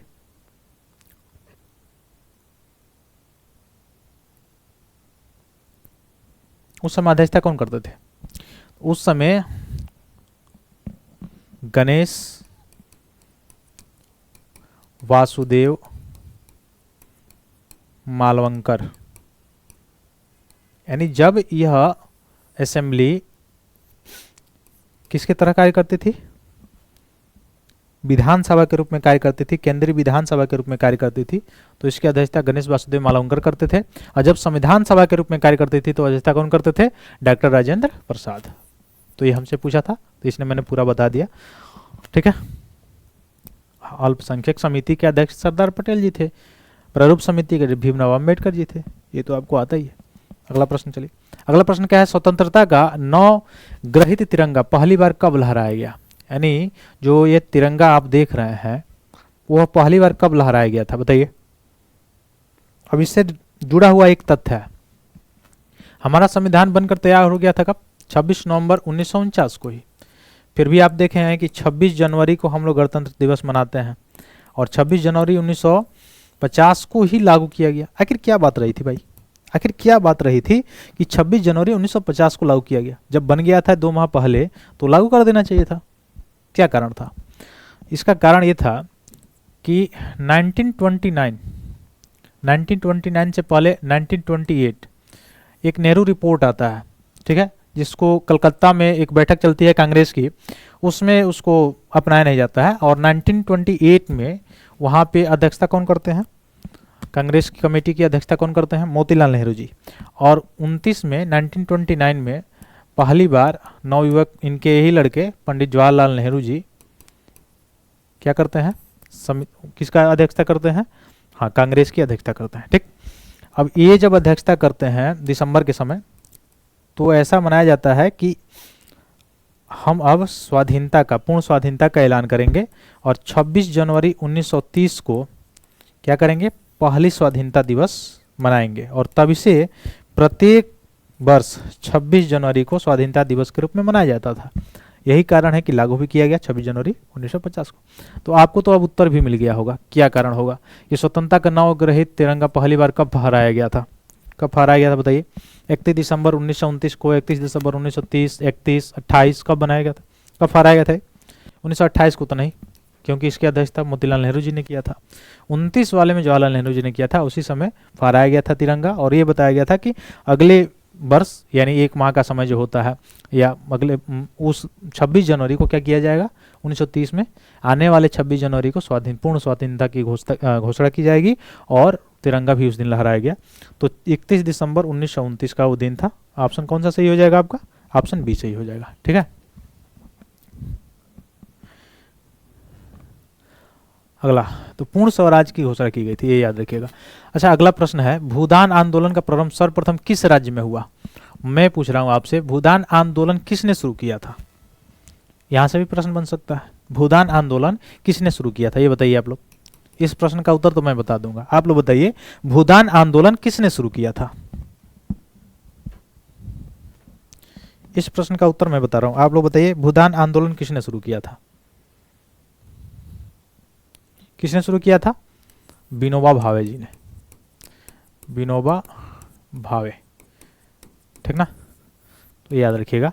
हाँ, कहाँ से शुरू हुआ था सबसे पहले? तो आंध्र प्रदेश। ऑप्शन ए आपका जो है वो सही हो जाएगा। ठीक, तो आचार्य विनोबा भावे सर्वोदय सम्मेलन के संदर्भ में 18 अप्रैल 1951 को आंध्र प्रदेश के नलगोंडा जिले में पहुंचे थे और इसी दिन पोचमपल्ली जो गांव है वहां पे ठहरे थे वो, और उसके दौरान 40 हरिजन परिवारों के लिए भूमि की समस्या का समाधान तलाशते समय इस गांव के जमींदार रामचंद्र रेड्डी ने क्या किया था, 100 करोड़ भूमि देने का प्रस्ताव दिया था और स्वतः स्फूर्त प्रस्ताव ही भूदान आंदोलन की उत्पत्ति का स्रोत बना। और तब जाके 1951 से 1957 तक विनोबा भावे जी ने पूरे देश में, पूरे भारत में 50 मिलियन एकड़ भूमि भूमिहीनों के लिए प्राप्त करने के लिए उद्देश्य से भूदान आंदोलन का नेतृत्व किया था। तो नेतृत्व भी आपसे पूछ सकता है कि किसने किया था, विनोबा भावे जी ने किया था। आचार्य विनोबा भावे ने कहाँ से किया था, आंध्र प्रदेश के नलगोंडा जिले से किया था। ठीक, ये चीज याद रखिएगा। अगला प्रश्न क्या है, सुशक्ता दशा संदर्भित है, ये आपके विज्ञान से प्रश्न पूछा गया है। सुशक्ता दशा किससे संदर्भित है, निम्न ताप से, निम्न आर्द्रता से, उच्च वाष्पन से, अति उच्च ताप से, किससे संदर्भित है बताइए। अगर आप में से कोई साइंस के स्टूडेंट रहे होंगे तो ये तो प्रश्न बता सकते हैं आसानी से, बताइए इस प्रश्न का उत्तर क्या होगा। देखिए शुष्क मतलब क्या होता है, आर्द्रता क्या है वहां पे, निम्न है। तो सुशक्ता जो दशा होती है वो किससे संबंधित है, निम्न आर्द्रता से संबंधित है। ठीक है, अगला प्रश्न देखिए, क्षेत्रफल के हिसाब से विश्व का दूसरा बृहत्तम महाद्वीप कौन है। तो क्षेत्रफल के हिसाब से विश्व का पहला महाद्वीप कौन है बताइए, सबसे ज्यादा क्षेत्रफल किस महाद्वीप की है। जनसंख्या के दृष्टि से तो आपको पता ही है एशिया है, क्षेत्रफल के हिसाब से बताइए। अच्छा, कभी जैसे बीपीएससी का पेपर एक बार हुआ था, शायद उसमें पूछा गया था कि जो देशों की संख्या है, नंबर ऑफ कंट्रीज अलग अलग कॉन्टिनेंट पे, उस हिसाब से अगर देखा जाए तो सबसे ज़्यादा जो है कौन सा कॉन्टिनेंट सबसे बड़ा है देशों की संख्या के हिसाब से, उसमें भी आप बताइए। तो क्षेत्रफल के हिसाब से विश्व का दूसरा बृहत्तम महाद्वीप कौन है, एशिया है, दक्षिण अमेरिका है, उत्तर अमेरिका है या अफ्रीका है, कौन सा होगा बताइए। क्षेत्रफल के हिसाब से पूछा जा रहा है तो कौन सा होगा, अफ्रीका होगा। क्षेत्रफल के हिसाब से अफ्रीका हो जाएगा। ठीक, ये तो मैप बेस्ड क्वेश्चन है। एशिया, उसके बाद से अफ्रीका, तब उत्तरी अमेरिका, फिर दक्षिणी अमेरिका, फिर अंटार्कटिका, यूरोप और ऑस्ट्रेलिया। और वही नंबर ऑफ द कंट्रीज के हिसाब से पूछता तो ये आंसर अलग हो जाता। ठीक, याद रखिएगा। अगला प्रश्न है, कौन सी नदी ओडिशा में अपना डेल्टा बनाती है। तो ओडिशा में कौन बह के जाती है, नर्मदा ताप्ती तो ये पश्चिम की तरफ बहती है, अरब सागर में जाके विलीन होती है, गिरती है, तो अरब सागर में गिरती है और भ्रंश घाटी से होके जाती है, तो नर्मदा ताप्ती तो होगी नहीं। गोदावरी नदी आप जानते हैं, पढ़े होंगे कि दक्षिण भारत की सबसे लंबी नदी कौन सी है, गोदावरी है। और इसी गोदावरी नदी के तट पे भी क्या होता है, हाँ, कुंभ का मेला लगता है यहाँ पर भी। तो कौन नदी बच जाती है, महानदी। महानदी उड़ीसा से होते हुए, जगन्नाथपुरी होते हुए और तब जाके कहाँ पे गिर जाती है, बंगाल की खाड़ी में। कोणार्क का सूर्य मंदिर आप देखे होंगे, वह होता है। अच्छा ये बताइए, कोणार्क का सूर्य मंदिर किस राजवंश से संबंधित है। कोणार्क का सूर्य मंदिर जो है किस राजवंश से संबंधित है बताइए। तो कौन सी नदी उड़ीसा में अपना डेल्टा बनाती है, कौन सा आंसर होगा, महानदी। ऑप्शन कौन सा हो जाएगा सही, ऑप्शन बी सही हो जाएगा। बाकी नर्मदा ताप्ती आप देखें यहाँ डेल्टा नहीं बनाती है, डायरेक्ट जाती है कहाँ पे, अरब सागर में। गोदावरी डेल्टा बनाती है बंगाल की खाड़ी में, लेकिन आंध्र प्रदेश से होकर तब जाती है वहाँ पे, उड़ीसा वो नहीं जाती है। ठीक, अगला प्रश्न है, बेतवा नदी मिलती है किससे मिलती है, यमुना से कि ब्रह्मपुत्र से कि सोन से, किससे नदी है, या गंगा से मिलती है, किससे मिलती है बताइए। किसकी सहायक नदी है बताइए बेतवा नदी। सोन से तो मिलती कि नहीं, ब्रह्मपुत्र तो सीधे वो असम वगैरह में चला, असम में जाती नहीं है, तो किससे मिलती है, तो बेतवा सहायक है किसकी, केन हो गया, बेतवा हो गया, ये सब यमुना की सहायक नदी है, ट्रिब्यूटरीज है किसकी, यमुना की। ठीक है, और यमुना किसकी ट्रिब्यूटरीज है, गंगा की। ठीक ना, ये आपको पता ही है।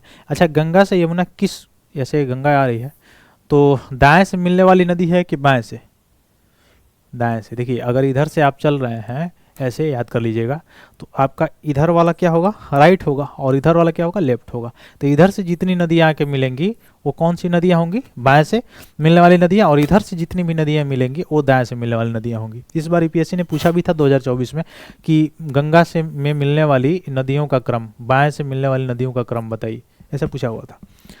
तो इसको थोड़ा सा देख लेंगे आप लोग। अगला है, भारत के कितने राज्य समुद्र के किनारे पे हैं, यानी तटीय कोस्टल एरियाज पूछ रहा है, कोस्टल स्टेट जो है उसके बारे में पूछ रहा है। तो कोस्टल स्टेट के बारे में अगर आपको जानकारी होगा तो आप जानते होंगे कौन कौन से राज्य हैं। सबसे ज़्यादा जो तटीय सीमा लगाता है वो कौन है, गुजरात है आपका।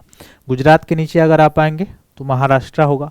महाराष्ट्र के नीचे कर्नाटका, फिर कौन सा होगा, गोवा, उसके बाद से केरला, उसके बाद से तमिलनाडु, तमिलनाडु के बाद से आंध्र प्रदेश, आंध्र प्रदेश के बाद से सीधे आप चले जाएंगे तो उड़ीसा, और उड़ीसा के बाद से फिर पश्चिम बंगाल। कितना हो गया नंबर ऑफ 1 2 3 4 5 6 7 8 और 9, टोटल कितने हुए 9। तो 9 जो राज्य हैं भारत के वो तटीय राज्य हैं, यानी सीमा लगाते हैं। अच्छा, तटीय राज्य जो सीमा लगाते हैं उनकी टोटल लेंथ कितनी है, टोटल लेंथ अगर आपसे पूछा जाए कितनी लेंथ है बताइए। अगला प्रश्न देखिए, भारत में सबसे अधिक उपजाऊ मिट्टी कौन सी है। अगर इसमें जलोढ़ दिया है तो उससे ज़्यादा उपजाऊ मिट्टी कोई है ही नहीं। ऑप्शन में देखिए क्या है, लाल है, काली मिट्टी है, जलोढ़ मिट्टी है, चुनेदार मिट्टी है। तो कौन सी मिट्टी होगी सबसे ज़्यादा उपजाऊ, जलोढ़ होगी। अब ऐसा क्यों, जलोढ़ मिट्टी भी दो प्रकार की होती है, एक खादर होती है और एक बांगर होती है। तो खादर कौन सी मिट्टी है और बांगर कौन सी मिट्टी है, जलोढ़ का ही दो टाइप से, खादर और बांगर कौन सी होती है। तो देखिए जो खादर मिट्टी होती है वो प्रति वर्ष या प्रत्येक 2 या 3 वर्षों पे, यानी कुछ कुछ समय के अंतराल पे वहाँ पे बाढ़ आता रहता है, और उसके कारण जो है नई मिट्टी उसमें आती रहती है। अब नई मिट्टी कैसे आती है, जैसे आपको पता है कि नदी जब चलती है तो मिट्टी का कटाव करती है, तो एक जगह जब अपरतन होता होगा दूसरी तरह जाके निक्षेपण होता है, जिसके माध्यम से नई मिट्टी आती जाती है और उर्वरता शक्ति उसकी बढ़ती जाती है। तो वो तो हो गई खादर मिट्टी। दूसरी है बांगर, जो बहुत पहले कभी नदियों के द्वारा बाढ़ के माध्यम से मिट्टी को प्रतिक्षेपित किया गया था, निक्षेपित किया गया था, और उसके बाद से नदी अब वहाँ पे नहीं है। तो पहले बहुत पहले जलोढ़ मिट्टी थी, लेकिन अब वो नदी वहाँ वह रास्ता बदल ली या नदी वहाँ से चली गई, नहीं है, सूख गई, उसके कारण वो जो मिट्टी है वो कौन सी मिट्टी होगी, बांगर मिट्टी होगी। तो उपजाऊ सबसे इसमें कौन सी होती है, जलोढ़ मिट्टी होती है, ठीक ना। तो भारत में सबसे ज़्यादा जलोढ़ मिट्टी का विस्तार है। इसमें क्या क्या पाया जाता है थोड़ा सा याद रखिएगा। इसमें नाइट्रोजन फास्फोरस की मात्रा कम होती है, ठीक। तो यहाँ से भी प्रश्न पूछा जा सकता है कि जलोढ़ मिट्टी में कौन कौन से तत्वों की मात्रा कम होती है। तो नाइट्रोजन की भी और फास्फोरस दोनों की मात्रा कम होती है। पोटास और चूना पर्याप्त मात्रा में होता है। गंगा के मैदान, ब्रह्मपुत्र का, गोदावरी, कावेरी, इन सब नदियों का जो मैदानी क्षेत्र है वहाँ जलोढ़ मिट्टी सबसे ज़्यादा बन जाती है, क्योंकि इनके निक्षेप से बनते हैं। और इसमें गेहूँ, धान, अरहर, चना, गन्ना, मसूर, आलू, ये सारी चीज़ें बहुत ज़्यादा मात्रा में उगाए जाते हैं, ठीक। अगला प्रश्न है, साधारणतः ओरोबैंक खरपतवार पाया जाता है। तो ओरोबैंकी खरपतवार किस में पाया जाता है, किस खेतों में पाया जाता है, गेहूं के, कि धान के, कि तंबाकू के, कि चना के खेत में, किस में पाया जाता है। तो ओरोबैंकी एक प्रकार का खरपतवार है, वह किस में पाया जाता है, तंबाकू के खेत में, ठीक है, याद रखिएगा किस में, तंबाकू का। अच्छा, तंबाकू भारत में कौन लेके आए थे, पुर्तगाली, फ्रांसीसी, अंग्रेज, या मुख्य रूप से अदर, कौन लाए थे, डेनिस लाए थे, पुर्तगाली द्वारा लाया गया था। कौन कौन चीज लाया गया था, आलू और तंबाकू वगैरह, ठीक है, याद देखिए। अगला प्रश्न देखिए, सबसे अधिक प्रोटीन पाई जाती है, किसमें पाई जाती है, उड़द के दाने में, अरहर के दाने में, मटर के दाने में, या सोयाबीन के दाने में, बताइए। ये तो सबसे आसान प्रश्न है। सबसे ज्यादा प्रोटीन किसमें पाई जाती है, बताइए। सबसे ज्यादा प्रोटीन किसमें पाई जाती है, सोयाबीन के दाने में। हालांकि अगर ऐसा पूछा होता है कि प्रोटीन पाई जाती है तो प्रोटीन तो इस सब में पाई जाती है, अरहर में भी, उड़द के दाल में भी, इसमें भी, लेकिन सबसे ज्यादा पूछा है तो सबसे ज्यादा किसमें पाया जाएगा, सोयाबीन में, ठीक। अगला प्रश्न है, बासमती चावल की रोपाई हेतु बीज दर क्या है। ये क्या बीज दर है आपसे नहीं पूछेगा, सीधी बात। ये उस समय कितना रुपया हेक्टेयर था वह उस समय का है, पूछा गया है, ठीक। तो अगला प्रश्न देखिए, मुद्रा के अवमूल्यन का परिणाम क्या। ये आपके इकोनॉमी से पूछा गया प्रश्न है। ये मुद्रा डेफिसिएट हो रहा है तो इसका मतलब क्या हुआ। देश में आयातों निर्यातों का बढ़ना, आयात निर्यात दोनों का बढ़ना तो नहीं हो सकता है। देश में आयातों निर्यातों का घटना, दोनों नहीं घट सकता है। देश में निर्यातों का, देखिए पहला ऑप्शन दूसरा ऑप्शन तो देखते ही गलत आपका हो सकता है, क्योंकि मुद्रा का अवमूल्यन कब होता है, जब आपका आयात बढ़ जाए और निर्यात घट जाए, तो उसमें क्या होता है, व्यापार घाटा होता है। अब व्यापार घाटा होगा तो क्या होगा, सीधे सीधे मुद्रा का अवमूल्यन हो गया, डेफिसिट होगा। तो देश में निर्यात को बढ़ना, आयात को घटना, ये भी वो नहीं होगा। देश में आयात का बढ़ना, निर्यात का घटना, ये ऑप्शन क्या हो जाएगा आपका, ऑप्शन डी जब हो जाएगा वो क्या होगा, सही हो जाएगा, ठीक ना। यानी मुद्रा का अवमूल्यन का परिणाम क्या है, देश में आयात का बढ़ना, निर्यात का घटना। ये बताइए, आपका मूल्य गिर जाए तो क्या होगा, मुख्य रूप से मुद्रा का, ये ऑप्शन गलत हो जाएगी। भी कौन सा ऑप्शन सही होगा, देखिए जैसे मैं बता रहा हूँ, जैसे मुद्रा आपका पहले $1 में आपके मुद्रा का जो है मूल्य था 60 रुपया। अब $1 में आपके मुद्रा का मूल्य हो गया 80 रुपया, सपोज दैट। इसका मतलब क्या हुआ कि आपका मुद्रा का मान क्या हुआ है, अवमूल्यन हुआ है, घटा है, घटा है ना। कैसे घटा है, देखिए इसमें $1 में पहले आपके मुद्रा 60 रुपया का था, अब $1 में आपका मुद्रा कितना हो गया, 80 हो गया। तो क्या हुआ है, बढ़ा ही घटा है, बताइए। मुद्रा डेप्रिसिएट हुआ है कि एप्रिसिएट हुआ है, एप्रिसिएट हुआ, ठीक है। और वही अगर मैं कहूँ कि $1 में अब हो गया कितना, 50 रुपया। तो हम क्या करेंगे, जब यहाँ पे निर्यात क्या हो जाएगा, सस्ता हो गया, तो निर्यात सस्ता हो गया तो निर्यात क्या हो जाएगा, बढ़ जाएगा, और आयात सीधे क्या हो जाएगी, घट जाएगी। तो ऑप्शन कौन सा हो जाएगा, सी सही हो जाएगा, ठीक है। तो यदि किसी मुद्रा का विनिमय मूल्य मुद्राओं की तुलना में जानबूझकर कम कर दिया जाता है तो उसे क्या कहते हैं, मुद्रा का अवमूल्यन कहते हैं। मुद्रा की जब कमी हो जाती है, सरकार करती है इसमें, तो देश के निर्यातों का बढ़ाया देता और आयात क्या हो जाता है, घटता है। तो निर्यात बढ़ता है और आयात घटता है। अब निर्यात क्यों बढ़ता है, उसका कारण क्या है, क्योंकि आपके वहाँ की जो वस्तुएं हैं वो क्या हो गई, सस्ती हो गई। तो सस्ती हो गई तो बाहर से मांग जो होगा, डिमांड जो होगा वो ज़्यादा हो जाएगा। जैसे मान लीजिए 2 कंट्री है, एक इंडिया है और एक चाइना है, सपोज दैट। मैन्युफैक्चरिंग दोनों जगह सेम हो रही है। अब अंतर्राष्ट्रीय मार्केट में कोई पर्सन है ए, उसको कंज्यूम करना है, और कंज्यूम करने के लिए दोनों देशों के पास जा रहा है, दोनों देशों के पास जा रहा है और देख रहा है इसके पास क्या है, डॉलर है, $1 रुपया लिया हुआ है, $1 लिया हुआ है। अब इन दोनों देशों के पास जा रहा है, देख रहा है मैं $1 में यहाँ पे 80 रुपया का सामान खरीद सकता हूँ, यानी $1 में दूंगा तो 80 रुपया मुझे मिल जाएगा, और यहाँ मैं $1 दूंगा तो मुझे 70 रुपया ही मिलेगा। पहला कंडीशन। दूसरा कंडीशन क्या है कि यहाँ पे रुपया का मान जब घटा है तो यहाँ पे क्या हो गया है, वस्तुएं क्या हो गई हैं, सस्ती हो गई हैं।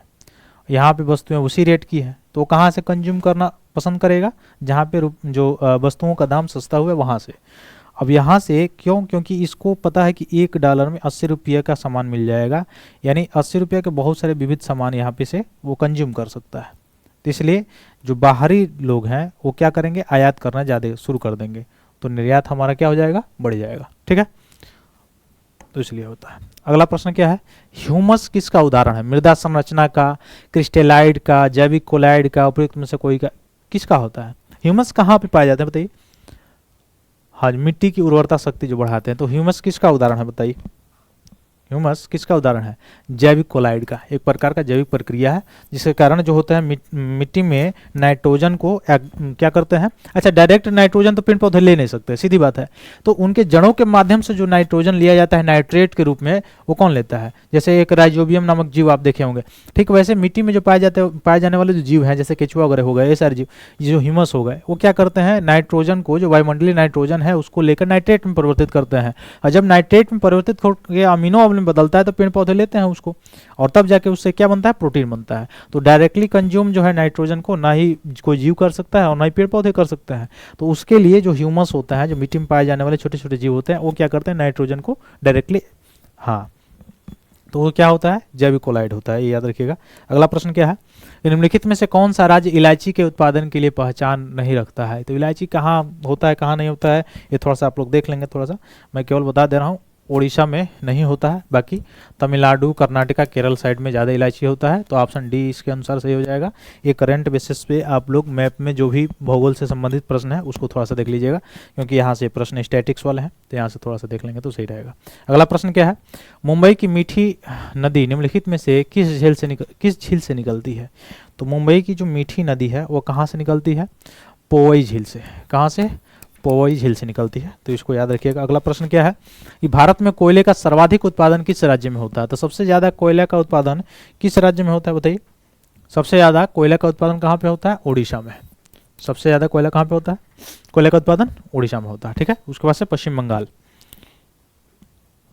अगला प्रश्न, Hazira Bijapur Jagdishpur HBJ gas pipeline है, निम्नलिखित में से किस प्राधिकरण द्वारा निर्मित किया गया। ये भी प्रश्न आप ऐसे कर लीजिए क्रॉस, क्योंकि ये किससे संबंधित है, उस समय का करंट अफेयर से, जिस समय ये प्रश्न पूछा गया था 2014 का। आज इसका कोई महत्व नहीं है।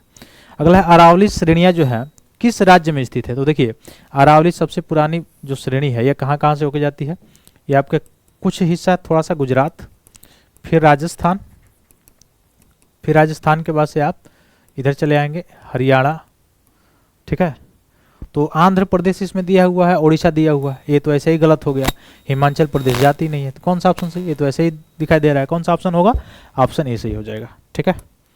तो गुजरात के पालनपुर से लेकर राजस्थान या हरियाणा से लेकर दिल्ली तक लगभग फैली हुई है, ये याद रखिएगा। और इसकी सबसे ऊंची चोटी जो है उसका नाम क्या है, गुरु शिखर है, ठीक। अगला प्रश्न क्या है, निम्नलिखित में से किस महाद्वीप में उष्णकटिबंधीय पर्णपाती वनों का विस्तार अधिक है।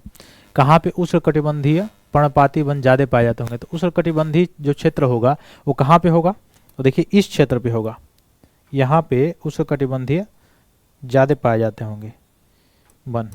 देखिए कहाँ पे, मान लीजिए हमारा अर्थ है सपोज दैट, और ये वाला पार्ट हमारा क्या है, इक्वेटर का है, जो 0 इक्वेटर है।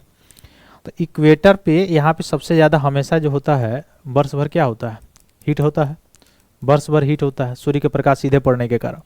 अब हीट रहता है तो यहाँ पे टेम्परेचर ज़्यादा रहता है, तो वही इलाका होगा, आप समझ लिए कहाँ पे होगा। तो उष्णकटिबंधीय पर्णपाती वन भारत कहाँ पे, यहाँ पे होता है, ठीक है, यहाँ से इसके नज़दीक है। एशिया, ऑस्ट्रेलिया, दक्षिण अमेरिका का भी कुछ पार्ट है इसमें, लेकिन सबसे ज़्यादा कौन सा होगा, अफ्रीका होगा। कौन होगा आपका, तो सबसे ज़्यादा, सॉरी 1 मिनट, तो सबसे ज़्यादा इसमें पार्ट कौन सा होगा, एशिया का होगा, ठीक ना, एशिया का होगा। थोड़ा सा देख लेंगे इसको। एशिया महाद्वीप में उष्णकटिबंधीय पर्णपाती वनों की सर्वाधिक विस्तार पाया जाता है। गर्मी के प्रारंभ होते ही अपने क्या करते हैं, पत्तियां गिरा देते हैं, और उस ऋतु को पतझड़ ऋतु भी कहा जाता है। बसंत के बाद आता है, आपको पता भी होगा। ये कौन कौन से पेड़ पौधे होते हैं, तो सागौन के, शीशम के, चंदन के, आंवला, महुआ, ये सारे जो है पेड़ पौधे हैं उष्णकटिबंधीय पर्णपाती वन होते हैं, ठीक है। इनकी लकड़ियां बहुत ज्यादा मजबूत और टिकाऊ होती हैं। अगला प्रश्न क्या है, सारगासो समुद्र की विशेषता है। सारगासो समुद्र की क्या विशेषता है बताइए। यह विशिष्ट समुद्री वनस्पति होती है। क्या होती है, विशिष्ट समुद्री वनस्पति होती है। अगला प्रश्न क्या है, मैक्सिको सबसे बड़ा उत्पादक है। मैक्सिको में सबसे ज्यादा क्या होता है, किस चीज का उत्पादक है सबसे ज्यादा, चांदी का, ठीक है। लेकिन इस सारी चीजों को ऐसा अगर कोई प्रश्न आ रहा है तो उसको आप लोग थोड़ा सा करंट में देख लेंगे, ज्यादा इंपॉर्टेंट रहेगा, ज्यादा सही रहेगा, ठीक ना, कि अब किस मामले में आगे है। निम्नलिखित में से कौन सा नगर सुपीरियर झील पर स्थित है। सुपीरियर झील कहाँ पड़ता है बताइए, कनाडा और यूएसए का जो बॉर्डर है वहां पे। तो बताइए कौन सा जो है नगर जो है सुपीरियर झील पे स्थित है। शिकागो है, बफेलो, डेट्राइट्स, डुलुथ, कौन सा होगा ऑप्शन, कौन सा ऑप्शन सही होगा, डी, डुलुथ। बहुत लोग शिकागो मार देंगे। अच्छा शिकागो के बारे में कुछ आपको इतिहास कुछ पता है। 1893 में एक भारत का युवक यहाँ पे गया हुआ था, जिनका नाम है क्या, स्वामी विवेकानंद, ठीक है, याद रखिएगा। अगला प्रश्न क्या है, भारत में के निम्नलिखित राज्यों में से कौन सा एक नारियल का सबसे बड़ा उत्पादक है बताइए। नारियल सबसे ज्यादा कहाँ पाया जाता है, सबसे ज्यादा नारियल कहाँ पे पाया जाता है,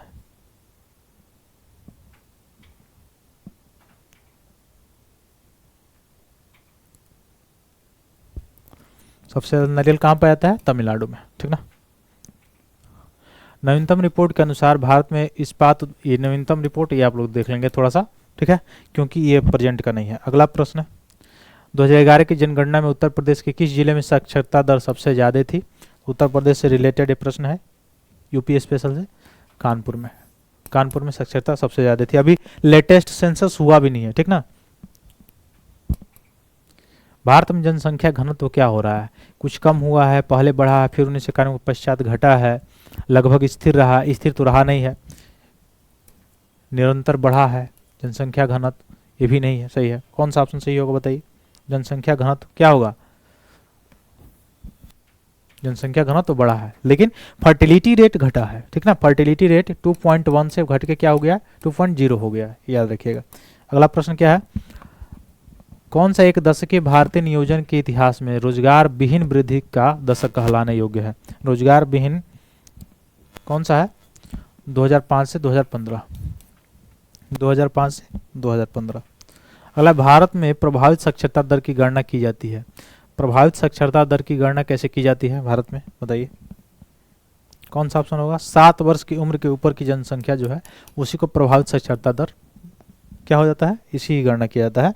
अगला प्रश्न है 2011 की जनगणना के अनुसार भारत की कुल जनसंख्या में नगरीय जनसंख्या कितना प्रतिशत था, कितना प्रतिशत था, 31.2%। नगरीय जनसंख्या कितना था, 31.2% था, ठीक ना।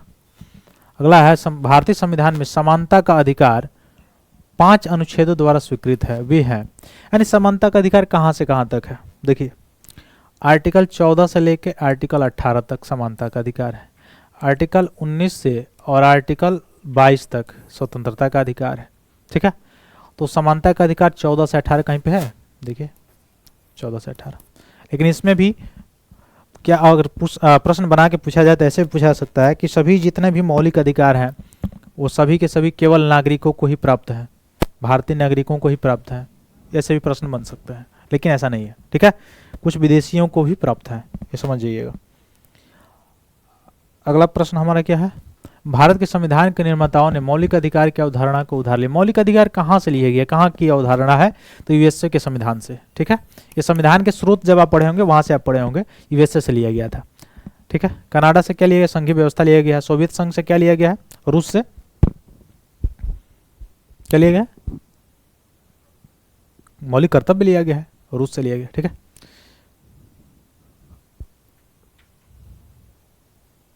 अगला है निम्नलिखित में से कौन सा एक राज्य की नीति निर्देशक, हाँ राज्य की नीति निर्देशक तत्व जो आयरलैंड से लिया गया है। तो राज्य की नीति निर्देशक जो सिद्धांत संविधान के बाद में जोड़ा गया, यानी संविधान में डीपीएसपी में कौन इसमें से किस में बाद में जोड़ा गया है, समान नागरिक संहिता, मुफ्त कानूनी सलाह, गोवध निषेध, ग्राम पंचायतों का संगठन, कौन बाद में जोड़ा गया। देखिए ग्राम पंचायतों का संगठन तो डायरेक्ट अनुच्छेद 40 में है, यूसीसी समान नागरिक संहिता 44 में डायरेक्ट है। अब ये दोनों ऑप्शन बच जाते हैं, बताइए कौन सा ऑप्शन सही होगा, मुफ्त कानूनी सलाह 39A में जोड़ा गया, ठीक। तो इसको याद रखेंगे। अगला प्रश्न है कि इनके बीच संबंधों की पुनरीक्षा के लिए सरकारी आयोग का गठन किया गया था। तो सरकारी आयोग बना था 1983 के आसपास, तो 1983 में बना था केंद्र और राज्य के संबंधों के लिए। तो कौन सा ऑप्शन सही हो जाएगा आपका, ऑप्शन डी सही हो जाएगा, केंद्र और राज्य के लिए, ठीक है। प्रधानमंत्री राष्ट्रपति के बीच में कोई टसल का काम ही नहीं है, विधायिका कार्यपालिका के बीच में कभी है ही नहीं है, कार्यपालिका न्यायपालिका के बीच में होता है, तो चल रहा है, देख ही रहे हैं आप। अगला प्रश्न क्या है, भारत के संविधान के किस भाग में संघ राज्य संबंधों का उल्लेख किया गया था। संघ राज्य क्षेत्रों का संबंध किस में किया गया है, बताइए किस भाग में किया गया, संघ राज्य क्षेत्रों का उल्लेख किस में किया गया है, भाग 11 में, किसमें किया गया है, भाग 11 में किया है, ठीक है। तो इन सभी भागों को आप थोड़ा सा पढ़ लेंगे। तो भाग 11 में 245 से 255 के मध्य संघ और राज्य क्षेत्रों के मध्य ये किया गया है। अगला प्रश्न है, यदि भारत के राष्ट्रपति और उपराष्ट्रपति दोनों ही त्याग पत्र दे दें तो ऐसी स्थिति में राष्ट्रपति के रूप में कौन कार्य करेगा। देखिए जैसे ये राष्ट्रपति तक पद त्याग करते हैं तो उपराष्ट्रपति उनके पद तक को धारण कर लेते हैं, लेकिन ये कह रहा है कि दोनों त्याग दें तो कौन करेगा। लोकसभा के अध्यक्ष बिल्कुल नहीं, प्रधानमंत्री बिल्कुल नहीं, गृह मंत्री बिल्कुल नहीं, कौन करेगा, सर्वोच्च न्यायालय का मुख्य न्यायाधीश। कौन करेगा, सर्वोच्च न्यायालय का मुख्य न्यायाधीश। लेकिन विद इन 6 मंथ में क्या होना चाहिए, चुनाव हो जाना चाहिए। भारत में न्यायिक सक्रियता किससे संबंधित है, प्रतिबद्ध न्यायपालिका से, जनहित याचिका से, न्यायिक पुनर्वलोकन से, न्यायिक स्वतंत्रता से, किससे संबंधित है बताइए, जनहित याचिका PIL से। न्यायिक सक्रियता यानी न्यायपालिका कितनी तेज है, कितना सक्रिय है, एक्टिव है, उससे संबंधित। हाँ जुडिशरी एक्टिविज्म की बात की जा रही है, ठीक ना।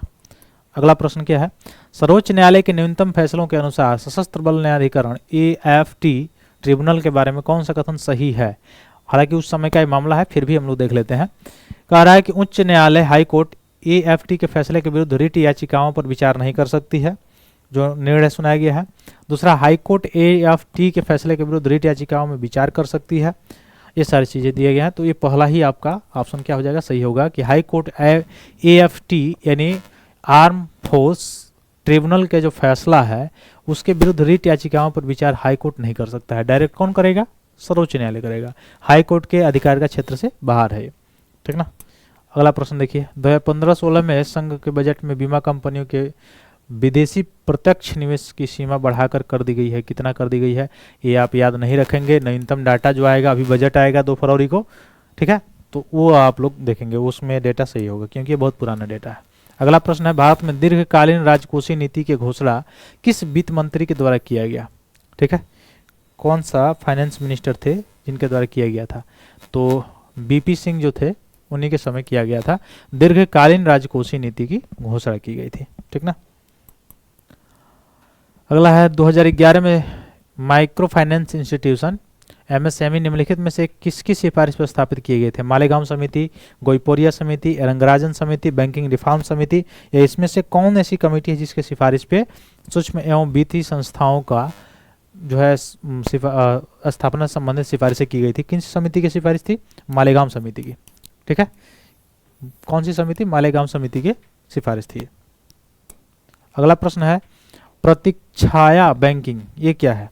प्रतीक्षाया बैंकिंग का मतलब, इसका मतलब क्या है? इसका मतलब होता है गैर बैंकिंग वित्तीय संस्थान जैसे एनबीएफसीज है उनके द्वारा वित्तीय तथा अन्य गतिविधियों को संपन्न करना, यही क्या कहलाता है? प्रतीक्षाया बैंकिंग कहलाता है। तो प्रतीक्षाया बैंकिंग क्या है? नॉन बैंकिंग फाइनेंशियल कॉर्पोरेशन या कंपनीज जो है उनके द्वारा वित्तीय तथा अन्य गतिविधियों को संपन्न करना, यही क्या कहलाता है? प्रतीक्षाया बैंकिंग कहलाता है। ठीक। अगला प्रश्न है 31 मार्च 2015 तक, ये भी उसी समय का, ये मतलब 2014 का प्रश्न पूरा मैं लाया हूँ, उसमें का ही ये दिया हुआ है टोटल, उस समय का करंट है, ये नहीं पूछेगा आपसे। अच्छा, ये इसमें ये पूछ सकता है, ये तो करंट नहीं है। इसमें कह रहा है कौन सा प्रत्यक्ष कर है? Direct tax. अच्छा, डायरेक्ट टैक्स और इनडायरेक्ट टैक्स में अंतर क्या है? डायरेक्ट टैक्स जिससे के लिए लगता है वही देता है, इनडायरेक्ट टैक्स लगता कहीं और है, देते कोई और है। दूसरा चीज कि डायरेक्ट टैक्स पे सभी बिंदु एक ही पे होते हैं और इनडायरेक्ट पे बिंदु अलग अलग होते हैं। तो डायरेक्ट टैक्स कौन है? विक्रय कर, एक्साइज ड्यूटी, कस्टम ड्यूटी, संपदा कर, कौन इसमें से प्रत्यक्ष कर है? बताइए, इसमें से कौन प्रत्यक्ष कर है? तो जो संपदा कर है, जो संपत्ति पे, जो आपके संपत्ति पे कर लगता है वो प्रत्यक्ष कर है।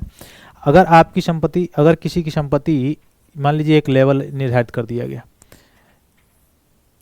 एक लेवल निर्धारित कर दिया गया, अब इस लेवल के ऊपर अगर किसी की संपत्ति हो रही है, इस लेवल के ऊपर हो रही है, तो वह देगा टैक्स। अगर उस लेवल के नीचे उसकी संपत्ति है तो कहाँ से देगा? नहीं देगा। और एक प्रकार का प्रगामी जो है या प्रोग्रेसिव जो टैक्स है उसका भी व्यवस्था है, तो ये प्रत्यक्ष कर है, संपदा कर। ठीक ना।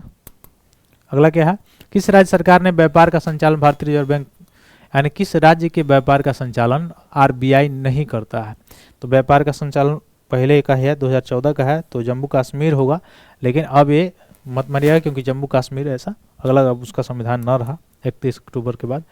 अगला है पेमेंट ऑफ ग्रेच्युटी एक्ट 1972 के अनुसार ग्रेच्युटी भुगतान की अधिकतम सीमा क्या है? ये भी आपका जो है करंट से रिलेटेड इकोनॉमिक्स है, इसको देख लेंगे। अगला प्रश्न क्या है, पैन के प्रारंभ में 5 अंग्रेजी के अक्षर होते हैं जैसे इतना ऐसे, कि इसमें पी क्या दर्शाता है?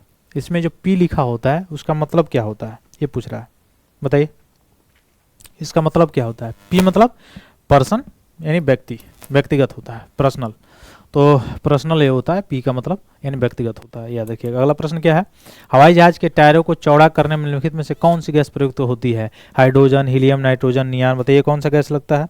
अक्रिय गैस लगता है कोई? कौन सी अक्रिय? हाँ, यहाँ पे नाइट्रोजन लगता है। ठीक ना।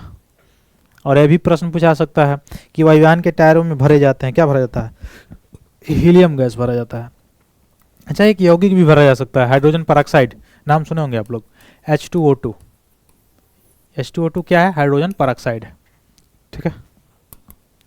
अगला प्रश्न है, निम्नलिखित कथनों पर विचार कीजिए, सोते समय तीव्र प्रकाश अवांछनीय होता है, ये सारी चीजें बताइए कौन सा आंसर होगा?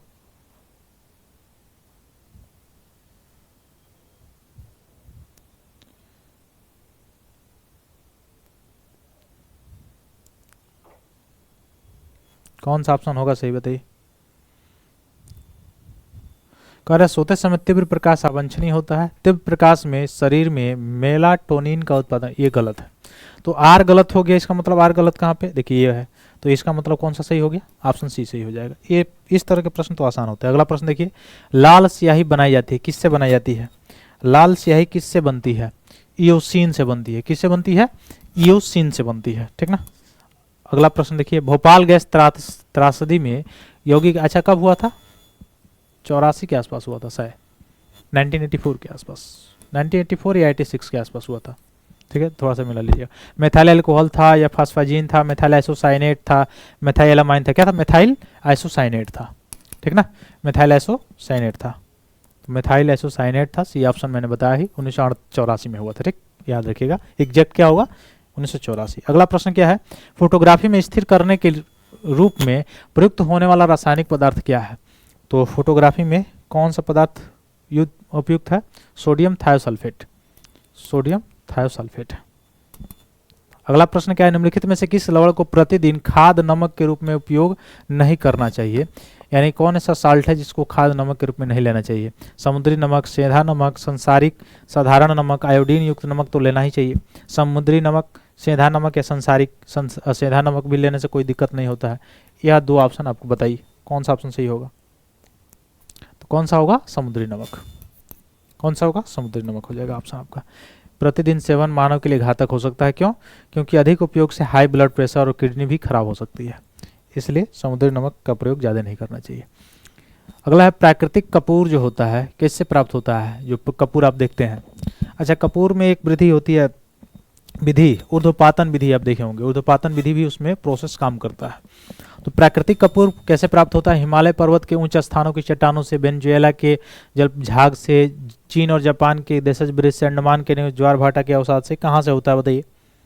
कहाँ से होता है? चीन और जापान के एक देशज जो वृक्ष है, उन वृक्षों से प्राप्त होता है आपका कपूर, ठीक है, तो वृक्ष से प्राप्त होता है। अगला प्रश्न, निम्नलिखित में से यौगिकों के किस समूह को सहायक आहार कारक कहा जाता है? सहायक आहार कारक यानी आहार का सहायता करने वाला, भोजन का सहायता करने वाला किसे कहा जाता है? विटामिन। किसको कहा जाता है? विटामिन को कहा जाता है, ठीक ना।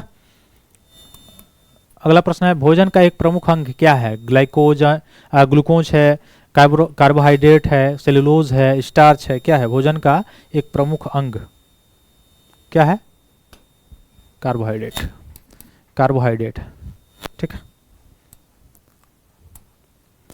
मानव के बाल एवं नख में, यानी बाल में और नाखून में कौन सा प्रोटीन होता है बताइए? हमको तो लग रहा है कि केराटिन होता है। कौन होता है? केराटिन होता है, ठीक ना। तो केराटिन जो होता है वो बाल में और नाखून में केराटिन प्रोटीन पाया जाता है, ठीक है।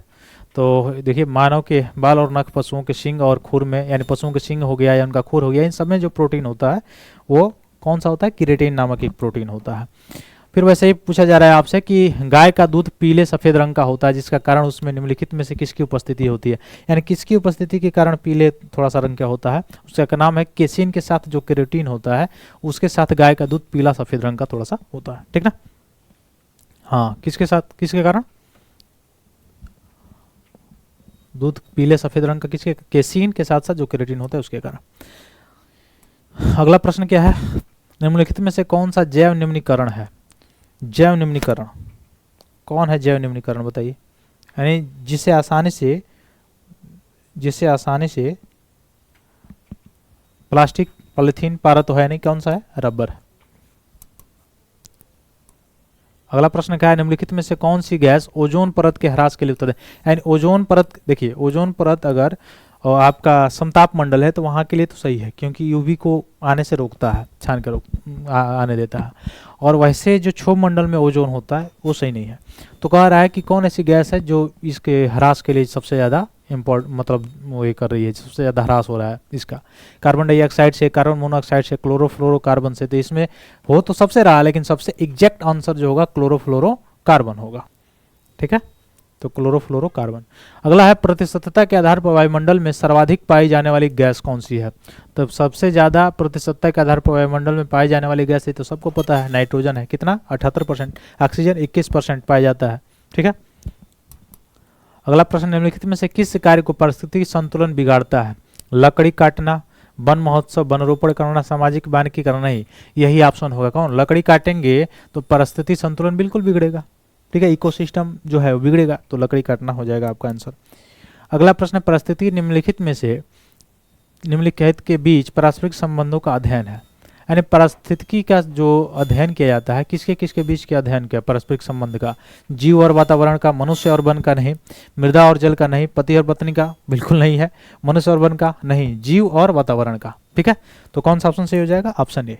अगला है मृदा क्षरण को रोका जा सकता है, यानी मृदा की जो कटौती होती है, कटाई होती है, अपर्दन होता है, उसको कैसे रोका जा सकता है? सघन वर्षा से, वनों के विनाश से, वनारोपण से, अतिचारण से। अतिचारण से तो बिल्कुल नहीं रोका जा सकता है मृदा की कटाई को।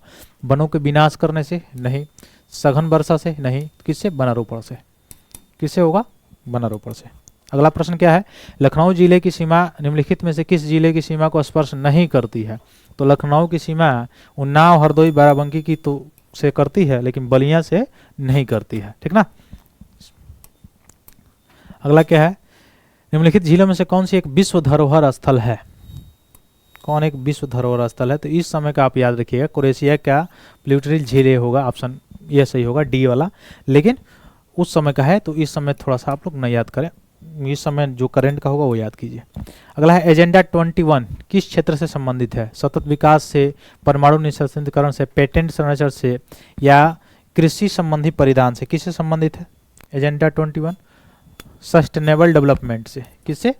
सस्टेनेबल डेवलपमेंट से। कितने गोल हैं इसके? 17 गोल है। 17 गोल आपको याद होना चाहिए उंगली पे, ठीक ना। अगला प्रश्न क्या है? जनरथ नाम दिया गया है किसे? जनरथ क्या है? अभी आपका करंट का है, आप देखते रहिए जनरथ क्या है। 2013 के लिए क्या, ये भी करंट का आपका विषय है, आप देखते रहेंगे। उत्तर प्रदेश हाल ही में 2015 ये भी आपका करंट का है, ठीक है। तो करंट इसलिए मैं नहीं देख रहा हूँ कि करंट उस समय का आपको इस समय नहीं पूछेगा। उत्तर प्रदेश सरकार की आय का सबसे बड़ा भाग आता है, कहाँ से आता है? ये भी थोड़ा सा देख लेंगे, लेकिन मैं बता दे रहा हूँ, आय का सबसे बड़ा भाग जो होता है व्यापार कर से आता है उत्तर प्रदेश में। लेकिन देख लेंगे आप लोग जो बजट आएगा उत्तर प्रदेश का। उत्तर प्रदेश में नॉलेज पार्क की स्थापना की जा रही है, तो कहाँ पे? नोएडा में की जा रही थी नॉलेज पार्क, ऑप्शन बी हो जाएगा, ठीक है। अगला प्रश्न है उत्तर प्रदेश कृषि अनुसंधान परिषद। तो उत्तर प्रदेश कृषि अनुसंधान परिषद कहाँ पे है? लखनऊ में, ठीक ना। उत्तर प्रदेश कृषि अनुसंधान परिषद कहाँ पे है? लखनऊ में। अगला, उत्तर प्रदेश में आलू का अनुसंधान केंद्र जिला कहाँ पे है?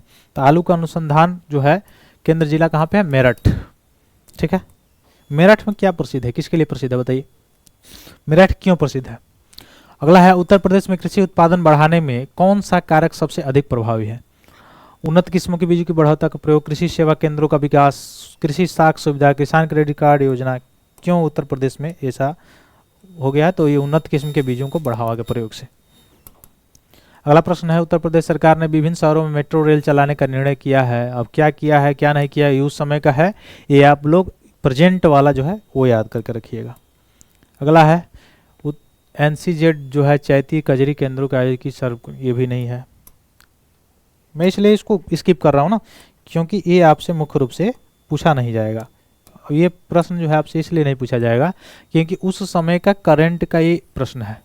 तो उस समय का करंट इस समय तो आएगा नहीं, 10 साल पहले वाला, मैक्सिमम 1.5 से 2 साल पहले, 1.5 साल 1 साल वही ज़्यादा है, सफिशियंट है, ठीक ना। इसलिए मैं इसको नहीं बता रहा हूँ, ठीक।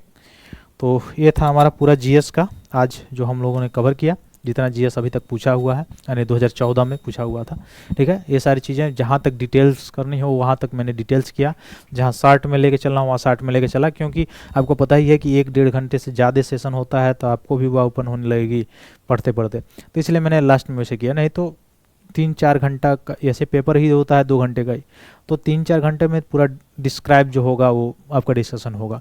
वैसे पार्ट वाइज मैंने पूछा था आप लोगों से, फीडबैक आप बताइए पार्ट वाइज कर लें क्या हम लोग, 2-2 विषय को एक साथ, तो उसके लिए और अच्छा होगा, तब वो 1 घंटा हम चल सकते हैं या 1.5 घंटा चल सकते हैं। क्यों?